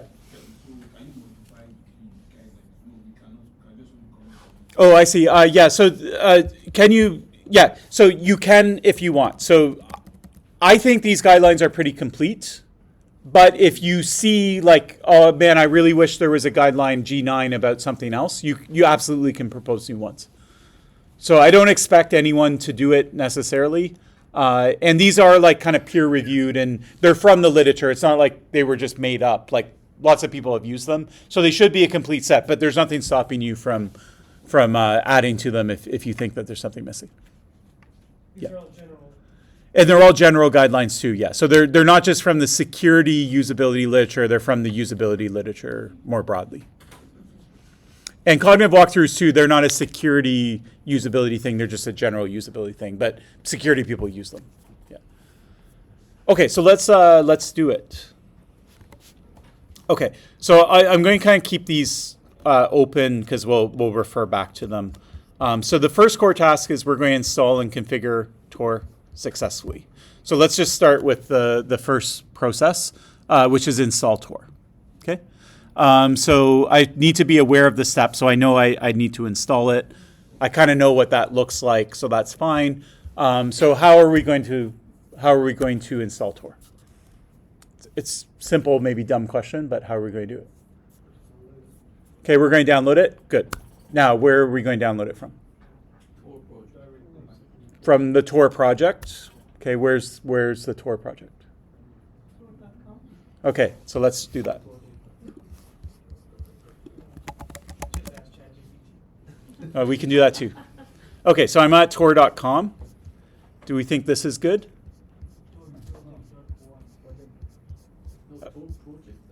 Okay, torproject.com or .org. So it actually comes up. So it's .org. Okay, that's fine. You know the answer. That's fine. But with a cognitive walkthrough, it's not about what you know. It's about what all users know. Does every user know where the Tor URL is? They don't. Okay, yeah. So lots of people didn't know themselves. Okay, so you have to really go through every step. How does a user find the right website? It might be stupid, but how do they do it? Okay. And people can search on the Google. Okay. So I heard lots of things, but the answer I like is search on Google, right? That's how most people are going to find it, right? Okay. So let's do that. So and you have to do it. This is a cognitive walkthrough, so you're going to do every step. So I'm going to go to Google. What am I going to search? Okay, or just Tor maybe itself. Okay. Most people won't know it's a browser. So again, I don't want you to answer from your personal knowledge. I want you to answer from like somebody else you know, a friend that's not in like taking security engineering, how they would answer the question. Okay, and that's another thing about cognitive walkthrough I didn't really say explicitly. I said it last lecture, but you have to pick. You're putting yourself in the shoes of a user. You have to pick what that user is. And that's going to be depending on what the software is that you're evaluating. So maybe you're evaluating software that's used by developers. It's some like IDE or something like that. Then you're going to be a sophisticated user. Okay? Is Tor meant for, like security experts? No, it's marketed to journalists and lots of people, vulnerable populations in countries that have censorship. Okay, so those people, they're not technical people. So because Tor is marketing itself to users that are non-technical, we need to pretend we're non-technical users when we evaluate it. Okay. All right, so I type Tor project. Tor browser is probably a little strict, and so, okay, so now I'm looking at the search results. Now what do I do? Again, it's obvious, but what do I do? Okay, I'm going to click on the link. What's the link? The first one. Okay, but let's pause and think. Is it always going to be the first one? Okay, so when would it not be the first one? Okay, so it could be the second one here, but I mean forget about the sub options here. I'm sure if I go here, I'll find my way to here as well, right? But why is Tor not showing up here or here or here? Most users will be using that. Okay. Depends on the SEO. Because of popularity of users. And Okay. All right, so popularity is right. So Google is going to rank things that are linked to a lot, right? Page rank, all that type of stuff. So if you type something in, you're probably going to get a good response from Google. But it is possible that maybe you make an error because there's some more popular version that has the same name or something like that. So you can note that in a usability report. You can just say, okay, some users might get stuck on G2. They don't know how to do it. It's probably like 99% of users aren't going to have a problem with this, but you can note any like kind of fringe issue. Then the second issue is, what about ads? Okay, so could I take out AdWords for some malware version of Tor and get them at least pretty prominently, maybe not at the top? I could absolutely, right? I could do that. Google used to be worse about where they would put ads, and you could actually really trick users that way. And you better believe that lots of people do that kind of stuff. Like that's the kind of the AdWords that like people that are doing malicious software would do. Okay, so again, that's something that you could note. All right, but anyways, most users will probably click on this link or maybe the second one because it's like how to. But we'll just walk through this way.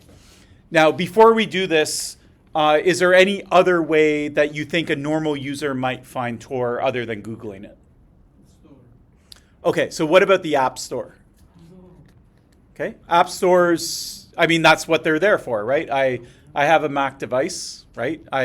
If I'm on my phone, I search the App Store. Well, guess what? My computer has an App Store as well.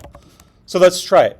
Okay, so in a walkthrough, the other thing is when you walk through, you fork. You're like, some users might do this, some users might do that. Do both of them. Okay, so your walkthrough won't be like a single walkthrough itself. Okay, so let's put Tor in here. Okay, so you can see that Tor's also in the App Store as well. Okay, so this is another way of getting Tor, right? But it will redirect to the browser. It is not mobile application, it's a more like a browser application. Yeah. But okay, put a pause on that for now. What about this first thing? It's called Tor browser, and there's a VPN and an ad blocker all in one. So this is another way of getting Tor, right? That's just 2 stars. I mean, it's click download. But it has an onion. That's the logo of Tor. No, look. See, there's an onion here. It's purple. See, it's purple. This is Tor. No? No, but here you say that Tor browser, not Tor browser. It is fake version. Okay, so this is fake Tor. Okay, could users get tricked this way? Yes. 100%, right? Now, can Tor actually do something about this? Maybe. So they could try to flex like some copyright or something like that. They have done it in the past. So people have made products and they use the word Tor, and then they can get the word Tor out of it. But you could also put up something that like maybe kind of invokes the idea of Tor without explicitly being called Tor. But yeah, and then here's another one too. That's the Tor browser and VPN, which is, I believe, not the real Tor.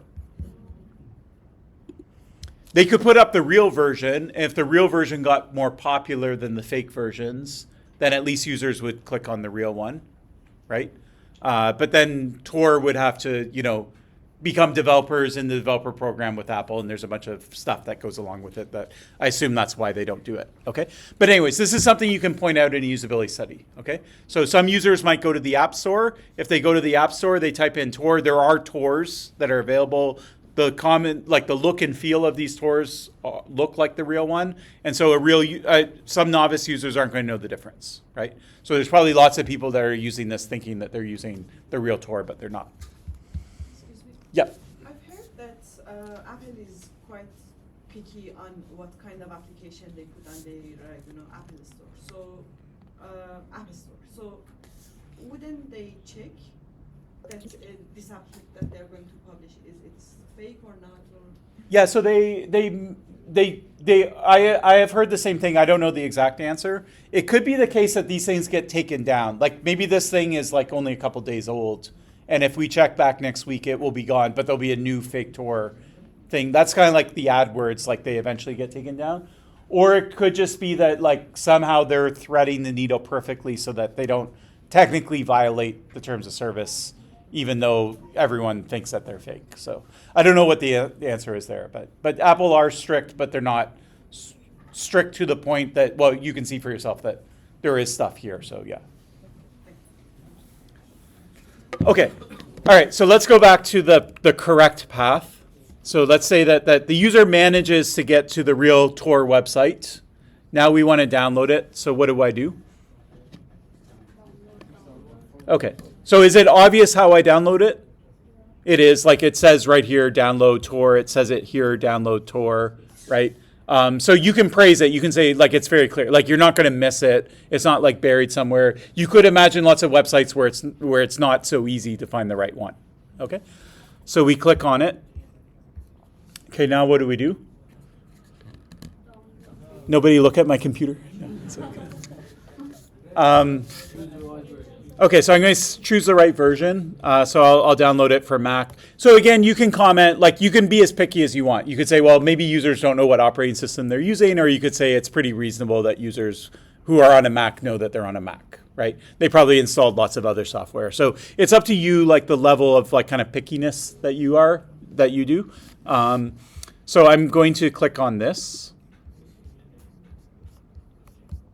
And while we do that, actually, I downloaded it earlier because it always takes forever. So I have it here, so I'll just cancel this download. Is there any other way that someone might get like messed up on this web page? So maybe I don't know my operating system. There is like things like download the latest alpha build. So maybe I'd be like, I don't know what that is. There's a link here that's confusingly called download Tor, even though I'm on download Tor.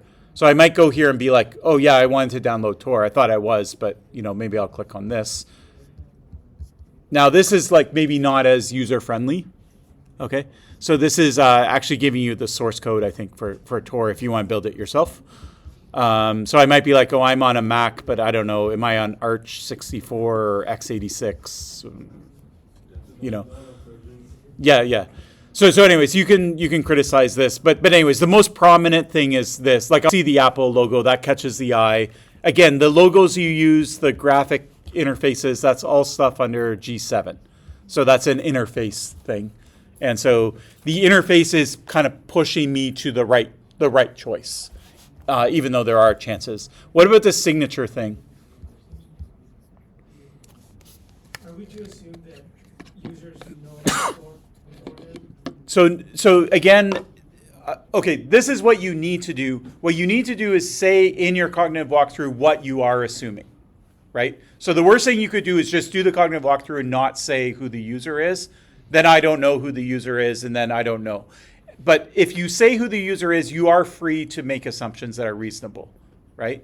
And so I would argue that because Tor is marketing themselves to journalists and people like in countries without tech backgrounds and things like that, I would say that you should not assume that they know what Tor is.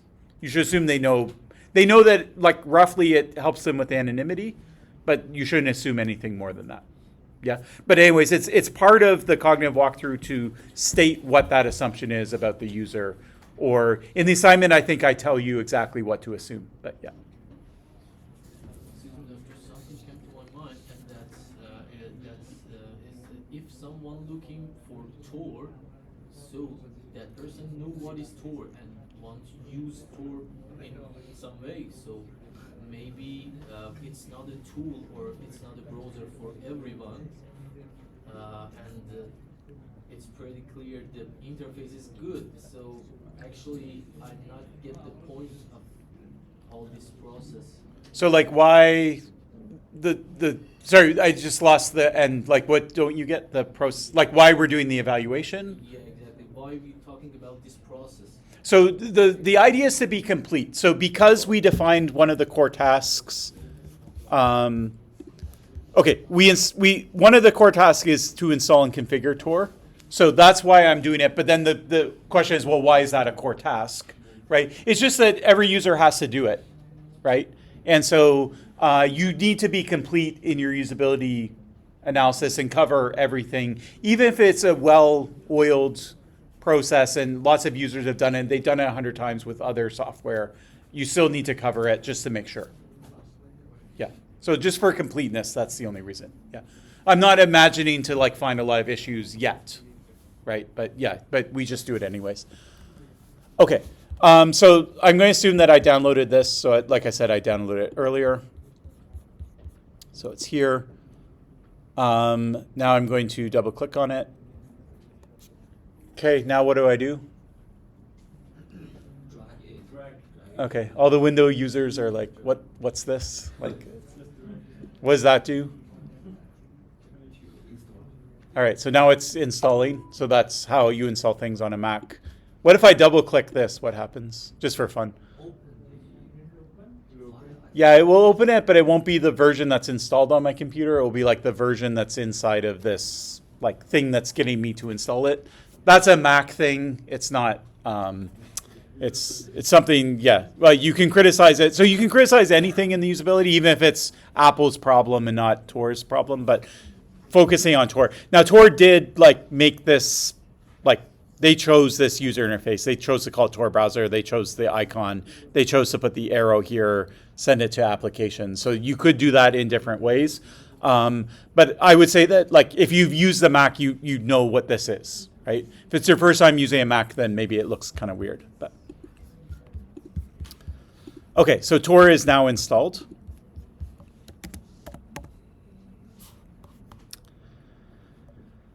Okay, so I'm going to open it.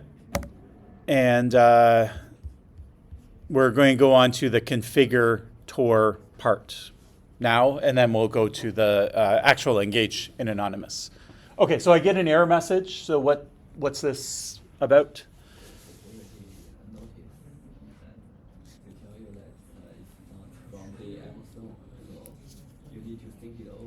Okay. So it's a general warning. So who's giving me this warning? So this is from Apple. It's from the operating system. It's not, it's the Apple system. It's just saying you download it from the internet. Do you want to make sure you want to open it? Apple's telling us we did check it for malicious software and we didn't detect any. So that sounds good. Do we want to open it or not? Yeah? Okay. Is there any risk to opening this? Okay, what's the risk? Okay, so there could be malware in it. So let's just go with that.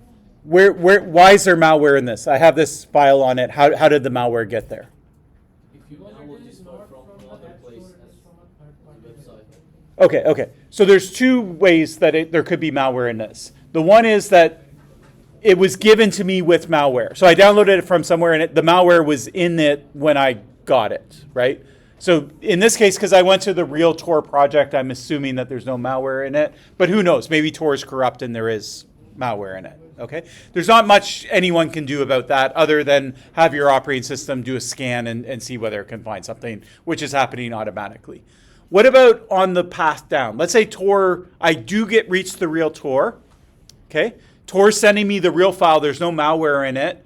But, it goes through Concordia's network. And Concordia's firewall, or its perimeter, it says, oh, that person's using Tor. Let me quickly swap that out with the malicious version of Tor, and then it comes down to my computer.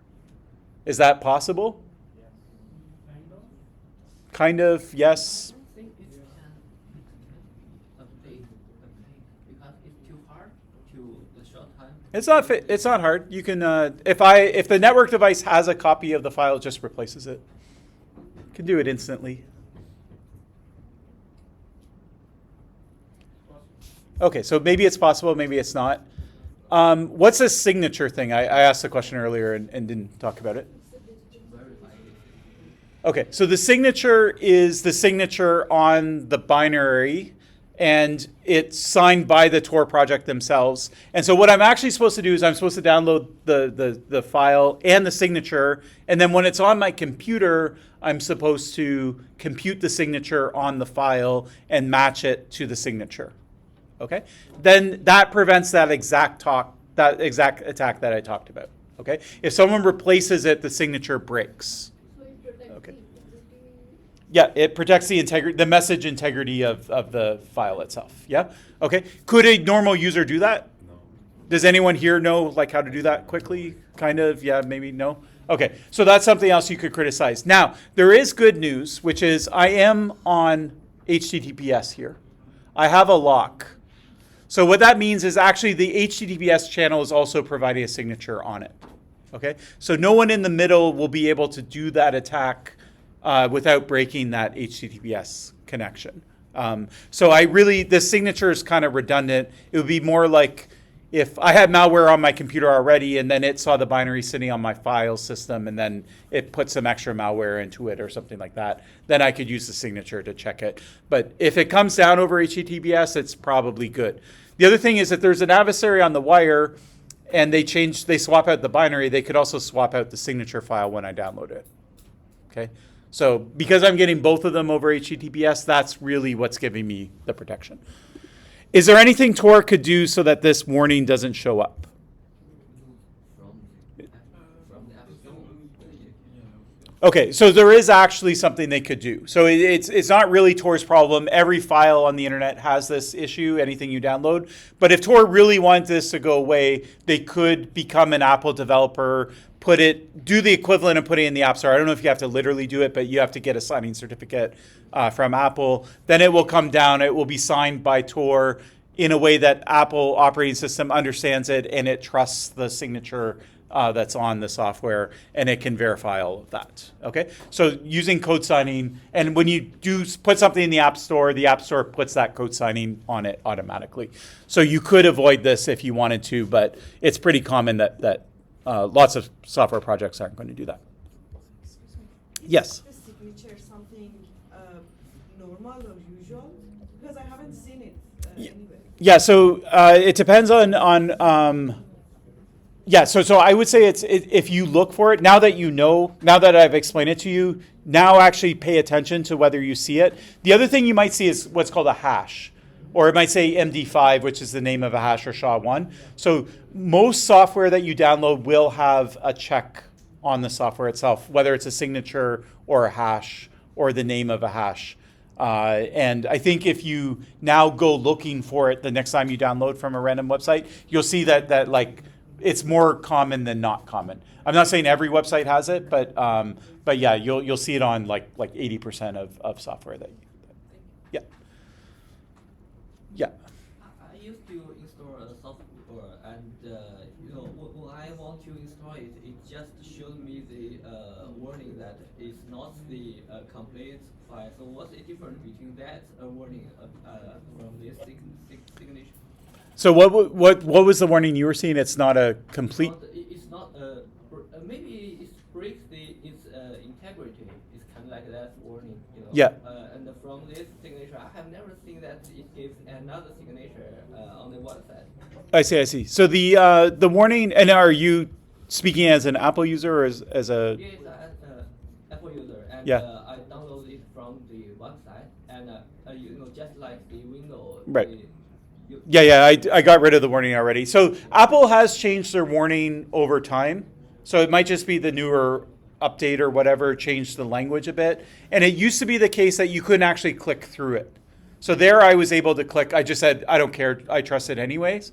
But Apple used to show you the warning and you couldn't do anything about it. And what you would have to do is cancel the warning, and you would have to like right click the file and open instead of double clicking it. And then it would give you the option to bypass it. It was really weird, but anyways, Apple changed how they do it. But yeah. I also have another warning because I downloaded a pirate software, and it can be installed because it has the kind of warning from Apple to tell you that it's. Oh, so Apple did. You'll notice that they said we scanned it for malware, right? It said that right in the warning itself. So what if it does find malware?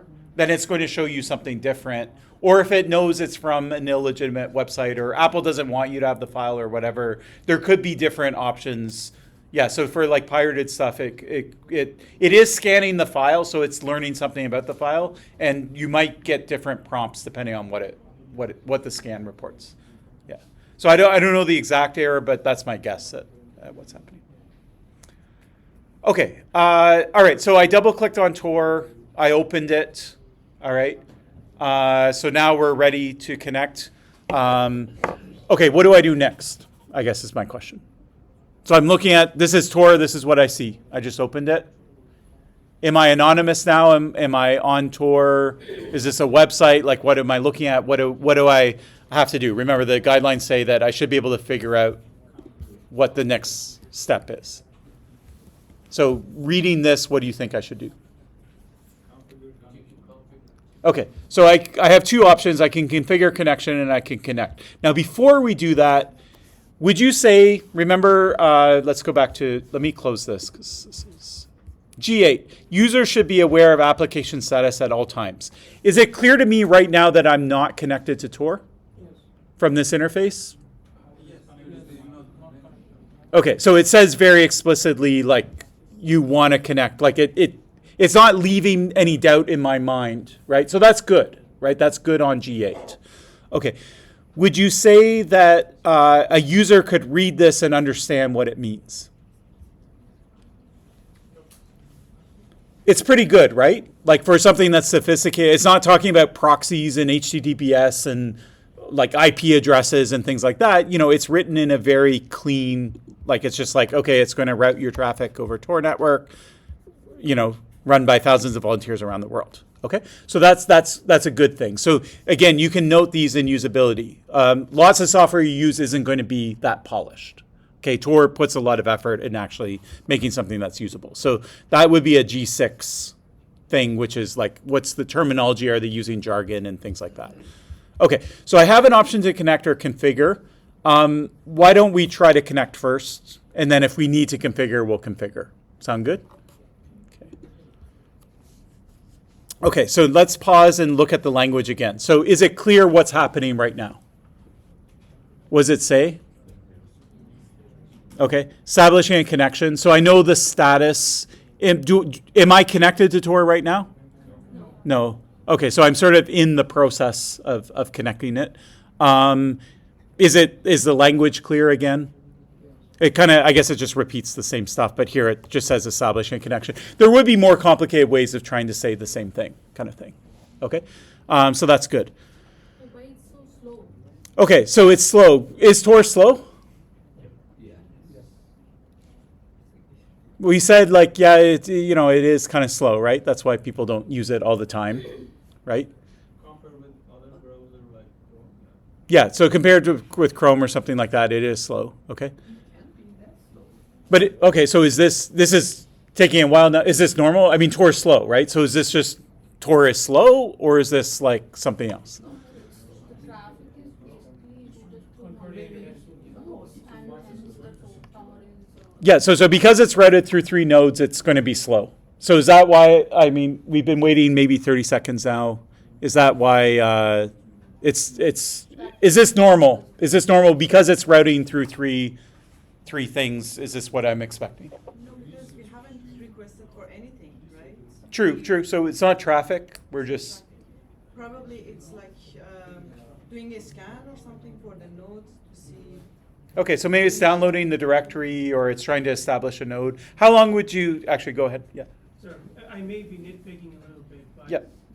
When I'm using a normal browser, I just directly write down an address. Exactly, yeah. So you could go back and try that experiment too. It would actually be a good thing. Let me actually cancel it and try it. So you could just go here and go google.com without it being connected. And so you'll see that when I do it, I'll do it again just because it went by fast. It literally does not let me do that, right? So that would have been a good thing to explore. So as a walkthrough, you could say, you know, the user might just put the address in without connecting. That's going to be an error. Is this a recoverable error or an irrecoverable, right? They can recover because it didn't send that packet off to Google. Yeah? Yeah, so that's a good option too. Okay, so back to this, it's slow. How long should we wait? How long before we decide that there's something else going on? Is it because the 2 hours? Forever. Right? Forever. Because we're downloading using Concordia network? Maybe, I'm not saying anything. I'm just saying, like, you're a normal user. You're trying to connect. It's not working. How long do you wait? It could be blocked. Yeah, who knows? Yeah, how about we use a hotspot to connect? Okay, we'll try all of that. But answer the question first. A normal user is seeing this, right? They know that Tor is slow. Is this too slow? Is this too slow that I need to be starting to use a hotspot? How do you know that? So you think that that's true, but how is the user interface telling you that? Okay, so say that again. It's stuck. Okay, So the bar on top is stuck. Where's the bar? Okay, this thing? Oh, I thought that was just pretty colors. Is that a bar? Does that look like a bar? I mean, you've seen operating systems with progress bars. Does that look like what a normal progress bar looks like? Maybe if you click on the view was or something. Yeah, we can click on things. Okay, so it is a bar. You're correct. And if you do it, you will see it like kind of go across. But in that case, I would criticize it and say that like I wouldn't necessarily know that that was a progress bar. Okay, doesn't look like one. It looks like it when it's moving, but in the case where it's not moving, it just looks like a graphical design element to me. Okay, now this did time out. Okay, so it said Tor browser could not connect to Tor. Yeah. Well. So that is the answer. So yeah, mystery solved. Concordia does not let you use Tor. Okay, so that's what's going on here. Okay, but can a real user figure that out? Right. That's the question. Okay, so eventually it timed out. One thing I would say is it should have timed out earlier. Right? It took quite a while, like a couple minutes before it timed out. I would say for a usability perspective, if you should give it like 15, 30 seconds, and if it's not connecting, it should probably time out. It could maybe even try to like ping or something. It could maybe do something in the background, even when the user like opens it before they connect. I don't know. To me, it seems like it could have been more communicative to me that it wasn't working. Or it could have just said, it looks like it's not working. Do you want to keep trying? Or, do you want to, or I'm going to keep trying in the background, but meanwhile, you might want to read this information about it. Okay. So that's me. I would criticize it on that. Okay. So it says Tor browser could not connect to Tor. Pretty understandable. Do we think that we're connected to Tor right now? No, like it's pretty clear. So I know the status of the application. I know it tried to connect. I know it wasn't successful, so that's good. If I go here and type in google.com, it's not going to let me do anything, okay? So it's going to keep me stuck, yeah. What if the user do an edit on the configuration? I mean, possibly, like you said, it might be due to file, but what if the user is like, okay, can I go for that to troubleshoot what's the problem? Because you can actually set the entry node, the middle entry point and the exit point. What if it could be, I mean, I can go, okay, let me do an edit on the configuration before I try to communicate. Yeah. Okay. First off, could a user do that? Yeah, of course. No, like a novice user couldn't. Like a novice user doesn't know, they don't know what Tor is. Like they don't know there's entrance nodes and exit nodes, right? Yes. Yeah. But Tor, the software could try it in the background and then report back. It needs to package that information in a way that a normal user could understand it. Yeah? Okay, in the back. So why is the firewall allowing you to download the Tor in the first place? Yeah, so why was I able to download Tor but I can't connect to it? So that's Concordia's decision. I don't know why. So they block, I don't know exactly what they're blocking. They could block me from the directory, or they could let me get the directory file and then they block my outbound connection. But it's a little easier. Anyway, censoring websites is one thing, but this also runs on a different port. So they might just have that port blocked. Maybe they're not actually trying to block Tor. They're just trying to block everything that runs on a weird port. Maybe if I changed my port number, it would work. I don't know. But anyway, so yeah, I don't know why, but Concordia is not into censoring websites. So they let us go there. They let us download it. Yeah. But they could have tried to block it at that stage too. Yeah. Something not related to Tor but related to Tor at the same time. How does universities like Concordia or any private networks exactly block this uncensored websites or browsers? Yeah. So that's what I was saying. So like, I don't know the answer for Concordia, and we could investigate it.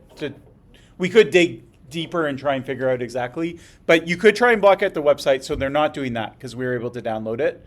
I'm not able to connect to the network, so that's all I really know. So what that means is they're either blocking me getting it from the directory, so they're blocking it. They could be blocking it here. That would be a very simple way of blocking it. They could be blocking it here when they see this outbound traffic. Somehow they figure out that it's Tor. But Tor actually, now that I think about it, the tunneling is done over HTTPS, so it actually looks like normal traffic.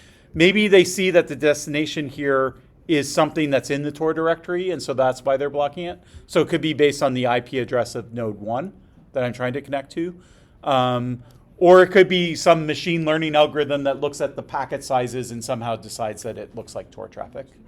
So we don't know. Yeah. Not just Tor, but any other malicious website I'm talking about. Do universities know that this is not just Tor, but any other malicious? Yeah, so I don't think Concordia, I haven't played around enough to know, like, I don't think that they probably block anything. I think that some things get blocked at the ISP level, so they would comply with that. Or if the Canadian government says you need to block these IP addresses, they would comply with that. Default, not manually, something that's Yeah. just something the directories will, in the networking stage, the directories will.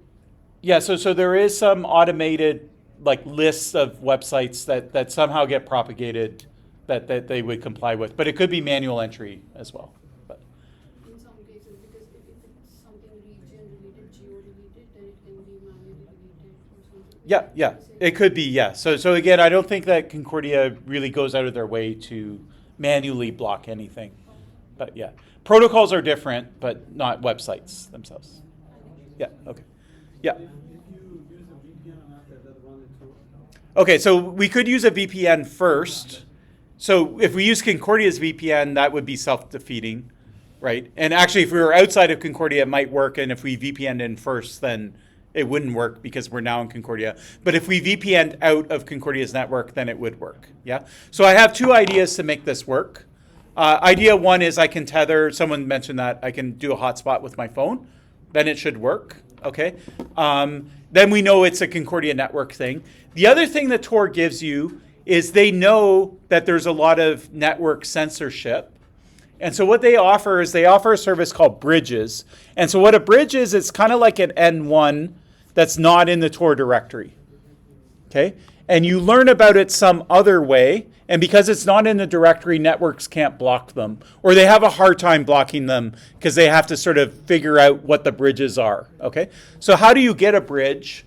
Well, first off, you could ask it over the internet. So you could go to the internet and say, I'm going to hide my traffic and make it look like something else. And then they're going to give me a bridge. And then I can try and connect to the bridge, okay? So I'll show you that in a second. The other way bridges get spread is just word of mouth. So you might go to, like, Tor might go to, like, say there's a country where there's heavy censorship. They might say, we're going to work with, like, charities and human rights organizations in this country, and we're literally going to give them a list of, like, papers or stickers, like QR codes of a bunch of bridges. We're going to hand it to them. It's never been on the internet before, and they'll give them to people, right? And then you go home and you scan the QR code and it loads the bridge. And then the government has no way of finding out about it, okay? So that's also how Tor operates. So we could try to use a bridge, or we could just get off Concordia's network, okay? So I'll show you both of them. But for now, let's concentrate on the usability here. Okay, so it says it can't connect to Tor. If Tor is blocked in your location, it is blocked in our location, okay? Trying a bridge may help, okay? So it's telling you what the next step is. So that's good. It's not leaving you hanging like, oh, it doesn't, you can't connect, who knows what you should do. Connection Assist can choose one for you, or you can configure your connection manually, and then it just repeats that it failed to do it. Okay. So what we could do is, let's just try and do it the way that the user interface is helping us. So I'm going to say I'm in Canada, I want to unblock the internet, and I'm going to try a bridge. Let's just see what happens.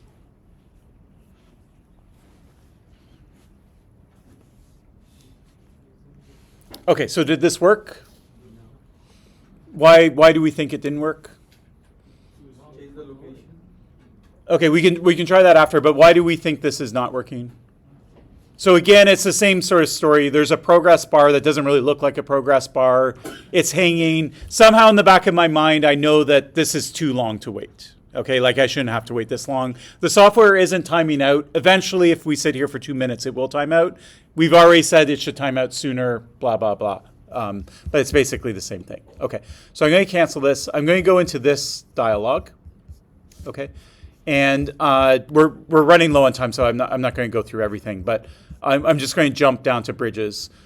First off, when you get into the settings, you might find that the language becomes more technical. That often happens. Okay, so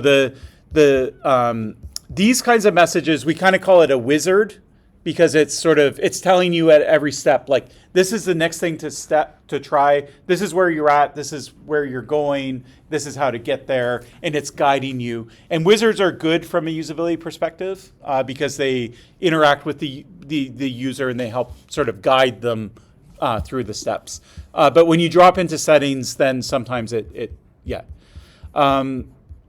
okay, so we can read a bit about bridges, and I'm going to try and do this. So this actually, I think it gives the same setting as before. I'm just going to see if I can get this bridge thing to work. Okay, so if you know a bridge, just by the way, like say you're in a country and someone handed you a piece of paper, this is where you would type it in. So it would just be like a string of characters. It would look kind of like a password or something. And then you would type it in, and then it should work. There is this other dialogue where it's going to try and, so this one's interesting because it actually relates to something someone said earlier, which is, could you do anonymity by like going to a cloud server and then kind of running the computer in the cloud? So what Tor wants to do is it actually wants to give me a bridge this way. So it says, we're running this virtual machine in Microsoft's cloud. You can connect to it, right? And Concordia is just thinking that you're firing up a cloud instance. It doesn't know that you're doing anything with Tor, and then we're going to sneak you a bridge. And then once you have the bridge, Concordia is not going to have the bridge in the list of things that they block, and it should all work nicely. Okay? So sometimes we call that steganography, where you're kind of hiding secrets in traffic that's meant to look like some other traffic. Okay? So let's try this, see if it works. Okay, so what do you notice? Okay, so the progress bar is moving faster now, right? So this is actually what Tor should look like when it works. Okay, so now that you've seen Tor the right way, that's what it should look like. Now, I should have paused it, but let me quit Tor and then I'll go back into it, because I wanted you to see the dialogue. Okay, so I'm going to click connect. It remembers the bridge. It's sticky. Okay, it's going by too fast, or because I connected. But there was a screen there for a second that said you are connected to Tor. I don't know if you saw that. If the user noticed that, then they would be very clear that they're connected to Tor now. Okay. Now, because I'm doing it the second or the third time, I'm not seeing that dialogue. And if I wasn't looking at my computer, then I might have missed it as well. Okay. So we're going to assume there is a user who saw that dialogue and read it. For those users, is it clear that they are now connected to Tor? It is, because it literally says you're connected to Tor. Okay, so that's fine. Now, let's go in the other fork and say you're a user that missed it, or you did what I just did, which is fire it up the second or third time. It's not showing that dialogue anymore. So what I see is this. Am I connected to Tor? Yes. Okay, and not like yes because you know it's the case, but yes because your friend that is not in computer science knows it's the case. Why do they know that they're connected to Tor by looking at this screen?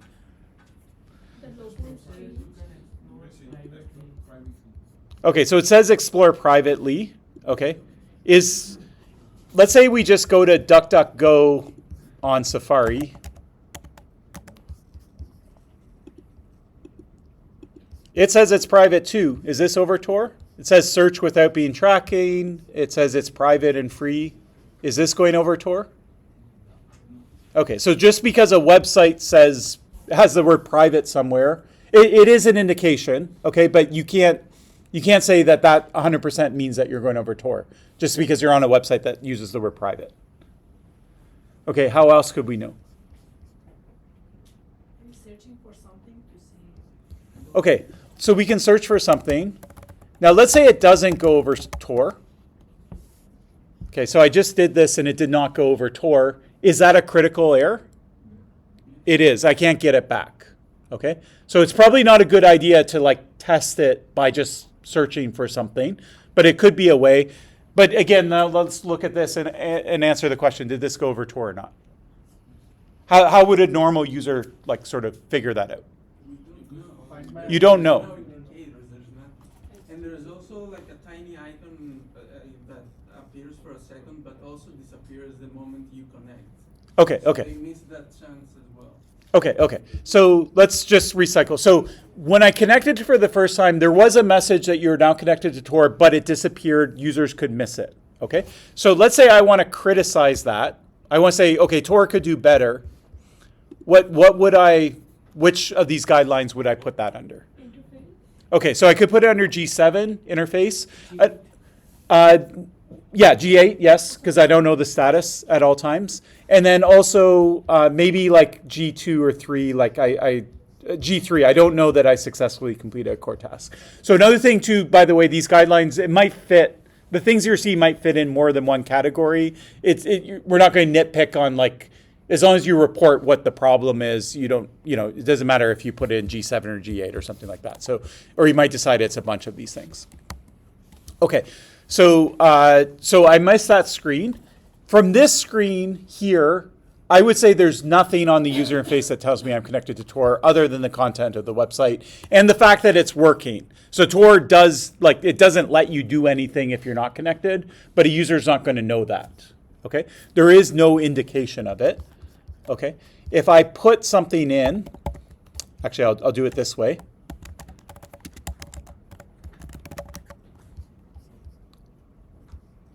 Was there something that popped up? Sometimes I've seen things pop up, but I didn't see anything that time. Okay, so there is an indication on this screen. So it's confusing because it's not on this screen. Okay, but once I'm actually on the website, there is a new user icon that appears here. Your protection of So again, that's part of the content of the website. Yeah, so it's what DuckDuckGo puts in. We can go to google.com here instead, and then we'll see. So yeah. Oh, by the way, it's in German. Why is it in German? Because my exit node's probably in Germany, right? Okay. Okay, so anyway, so the icon, this is what you're supposed to know, okay, as a user, but you could decide that this isn't good enough, is that this icon, the presence of this icon is telling you that you're connected to Tor, okay? So I know it's really small, but can anyone like kind of tell me what they see when they look at that? So it's kind of like a line, and then there's 3 dots on the line, okay? What is that? It's the 3 nodes that you're routing through. Okay, so it's meant to sort of invoke that. Again, if you're a novice Tor user, that probably doesn't mean anything to you. You won't make the connection between that and the Tor network. You guys might because you saw pictures of that kind of thing. If I hover my mouse over it, it says Tor circuit. Okay, but I'm using the Tor browser. Do I know what a circuit is? What is a circuit, by the way? Okay, and how do you know that? Okay, so you know it because you've used it, right? So it's the circuit is what the name that Tor uses for the 3 nodes that you connect to. By the way, I didn't mention this, someone asked it during the break, but Tor will change your circuit every 10 minutes. So that's another thing that happens, and you can request that this circuit gets changed. Okay, now if I actually click on it, okay, it shows me the circuit now. So you can see that indeed I go to this bridge, then I go to Norway, then I go to Germany, and then I go to Google, and Google thinks I'm in Germany because my exit node is in Germany. If I want a new circuit, I can click it. Now I'm in Sweden. Let me refresh this and see if we get Swedish. Is Swedish the right word for the language that they speak in Sweden? I assume this is. It says SV, but I'm not exactly sure. Oh no, we're back in Germany for some reason. Okay. Anyways, you guys know that this means I'm over Tor because it's showing a circuit, but it's not explicitly saying that I'm over Tor, right? So there's really nothing persistent on this user interface that tells me I'm connected to Tor right now, other than that screen, which was really, really good, the one that said you're now connected to Tor, but it kind of went away for 10 seconds. Now you can put yourself in Tor's shoes and say, well, what else could we do? We show the screen. If we show that screen forever, right, then users won't be able to go to the actual website. Maybe you have to click through it to get rid of that screen. That could be one way of doing it. Or you could just put somewhere on the user interface like you're now connected to Tor, right?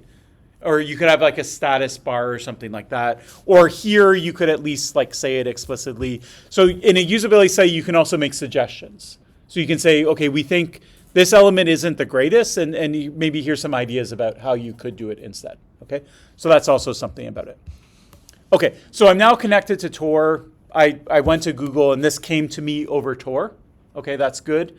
Now, let's say I want to like listen to some music while I do it. So I'm on the website. I'm going to start playing a song. This song's coming over Tor too, right? I'm anonymous. Is that a different application? No? Okay. Why does the application matter? I connected to Tor. I downloaded Tor. I connected to it. What if I go here and I go to, I'm like, I don't have all my extensions here. You know, my bookmarks are here, so I'm going to go back to Safari. But don't worry, it's running in the background, like it's still connected. Look, it's connected. But I think this is just within that application. You think that? Okay. So who thinks it's just in this application? And if I do anything else on the internet while this is running, that stuff will not go over Tor. Who thinks it won't go over Tor? Some hesitation. Who thinks it will go to over Tor because it is running and my circuit's in place? Nobody. The ports are different, so you have to make the request through Tor. Okay. So that is the right answer. So everyone who put their hand up the first time. So Tor browser only protects what's in the Tor browser itself. So if I'm using this application, it's over Tor. If I switch, I check my email, I start playing music, I go to Safari, all that kind of stuff, it's not going over Tor. Okay, so that's another thing where users might not get that, right? They might not understand that, right? They might have a different mental model of like when Tor is running it, it's anonymizing everything. Okay, now again, you can say, well, what can Tor really do about that? You know, I don't know. But your job as the usability person is just to point the error out. And then they might think, oh, yeah, actually, that's a good point. Maybe like when we, you know, first ask them to establish a connection, we can be like, by the way, like, you know, you're only anonymous within Tor or something like that. Yeah, You know. that's what other browsers do in private mode. And they tell you that you're not like anonymous. Yeah. Like a small sentence. Exactly. Yeah, one sentence that just makes the point. Yeah, so that's what you would find in a usability study. Because you went through it, you would notice these things. You report it back to developers. They can decide whether to fix it or not. Okay. The last part of the core task is to turn it off. So how do I don't want to be anonymous anymore. I just want to go to Google normal. I'm getting tired of the German Google. I just want to go back to Canada. So how do I turn it off? Okay. Okay. So shut it off, close Tor. Is there a way that I can like turn off anonymity but keep using the Tor browser? No, I can't. Okay. And this is actually a design decision that they made because that could lead to dangerous errors, right? If you can turn it on and off. So Tor just decided that if you're in the Tor browser application and you're on a website, it's over Tor. There's no other way to be on a website. If it's not connected, then you're not going anywhere. Okay, so that was the decision they made. And then you can talk about whether that's good or bad according to the guidelines. But the answer is, yeah, if I want to get off Tor, I just close it or I start using whatever else I want to use, like Safari or whatever, and now I'm not on Tor. Okay, so anyways, we're running out of time, but you get kind of the point, hopefully. So this is how you do a walkthrough. You just literally go through the tasks. You put yourself in the shoes of a user. You say who that user is. If users might do this or this, you do both of them as from the evaluation. And then you report everything you see. You might see negative things. You have to report it. If you see positive things, you can choose to report it as well. Yeah. New guidelines like Sorry, say it louder. Can I add any new guidelines along with this? Yeah, so you can, so that was asked earlier, but like these guidelines are pretty well established, but if you really want to add new guidelines, you can change them.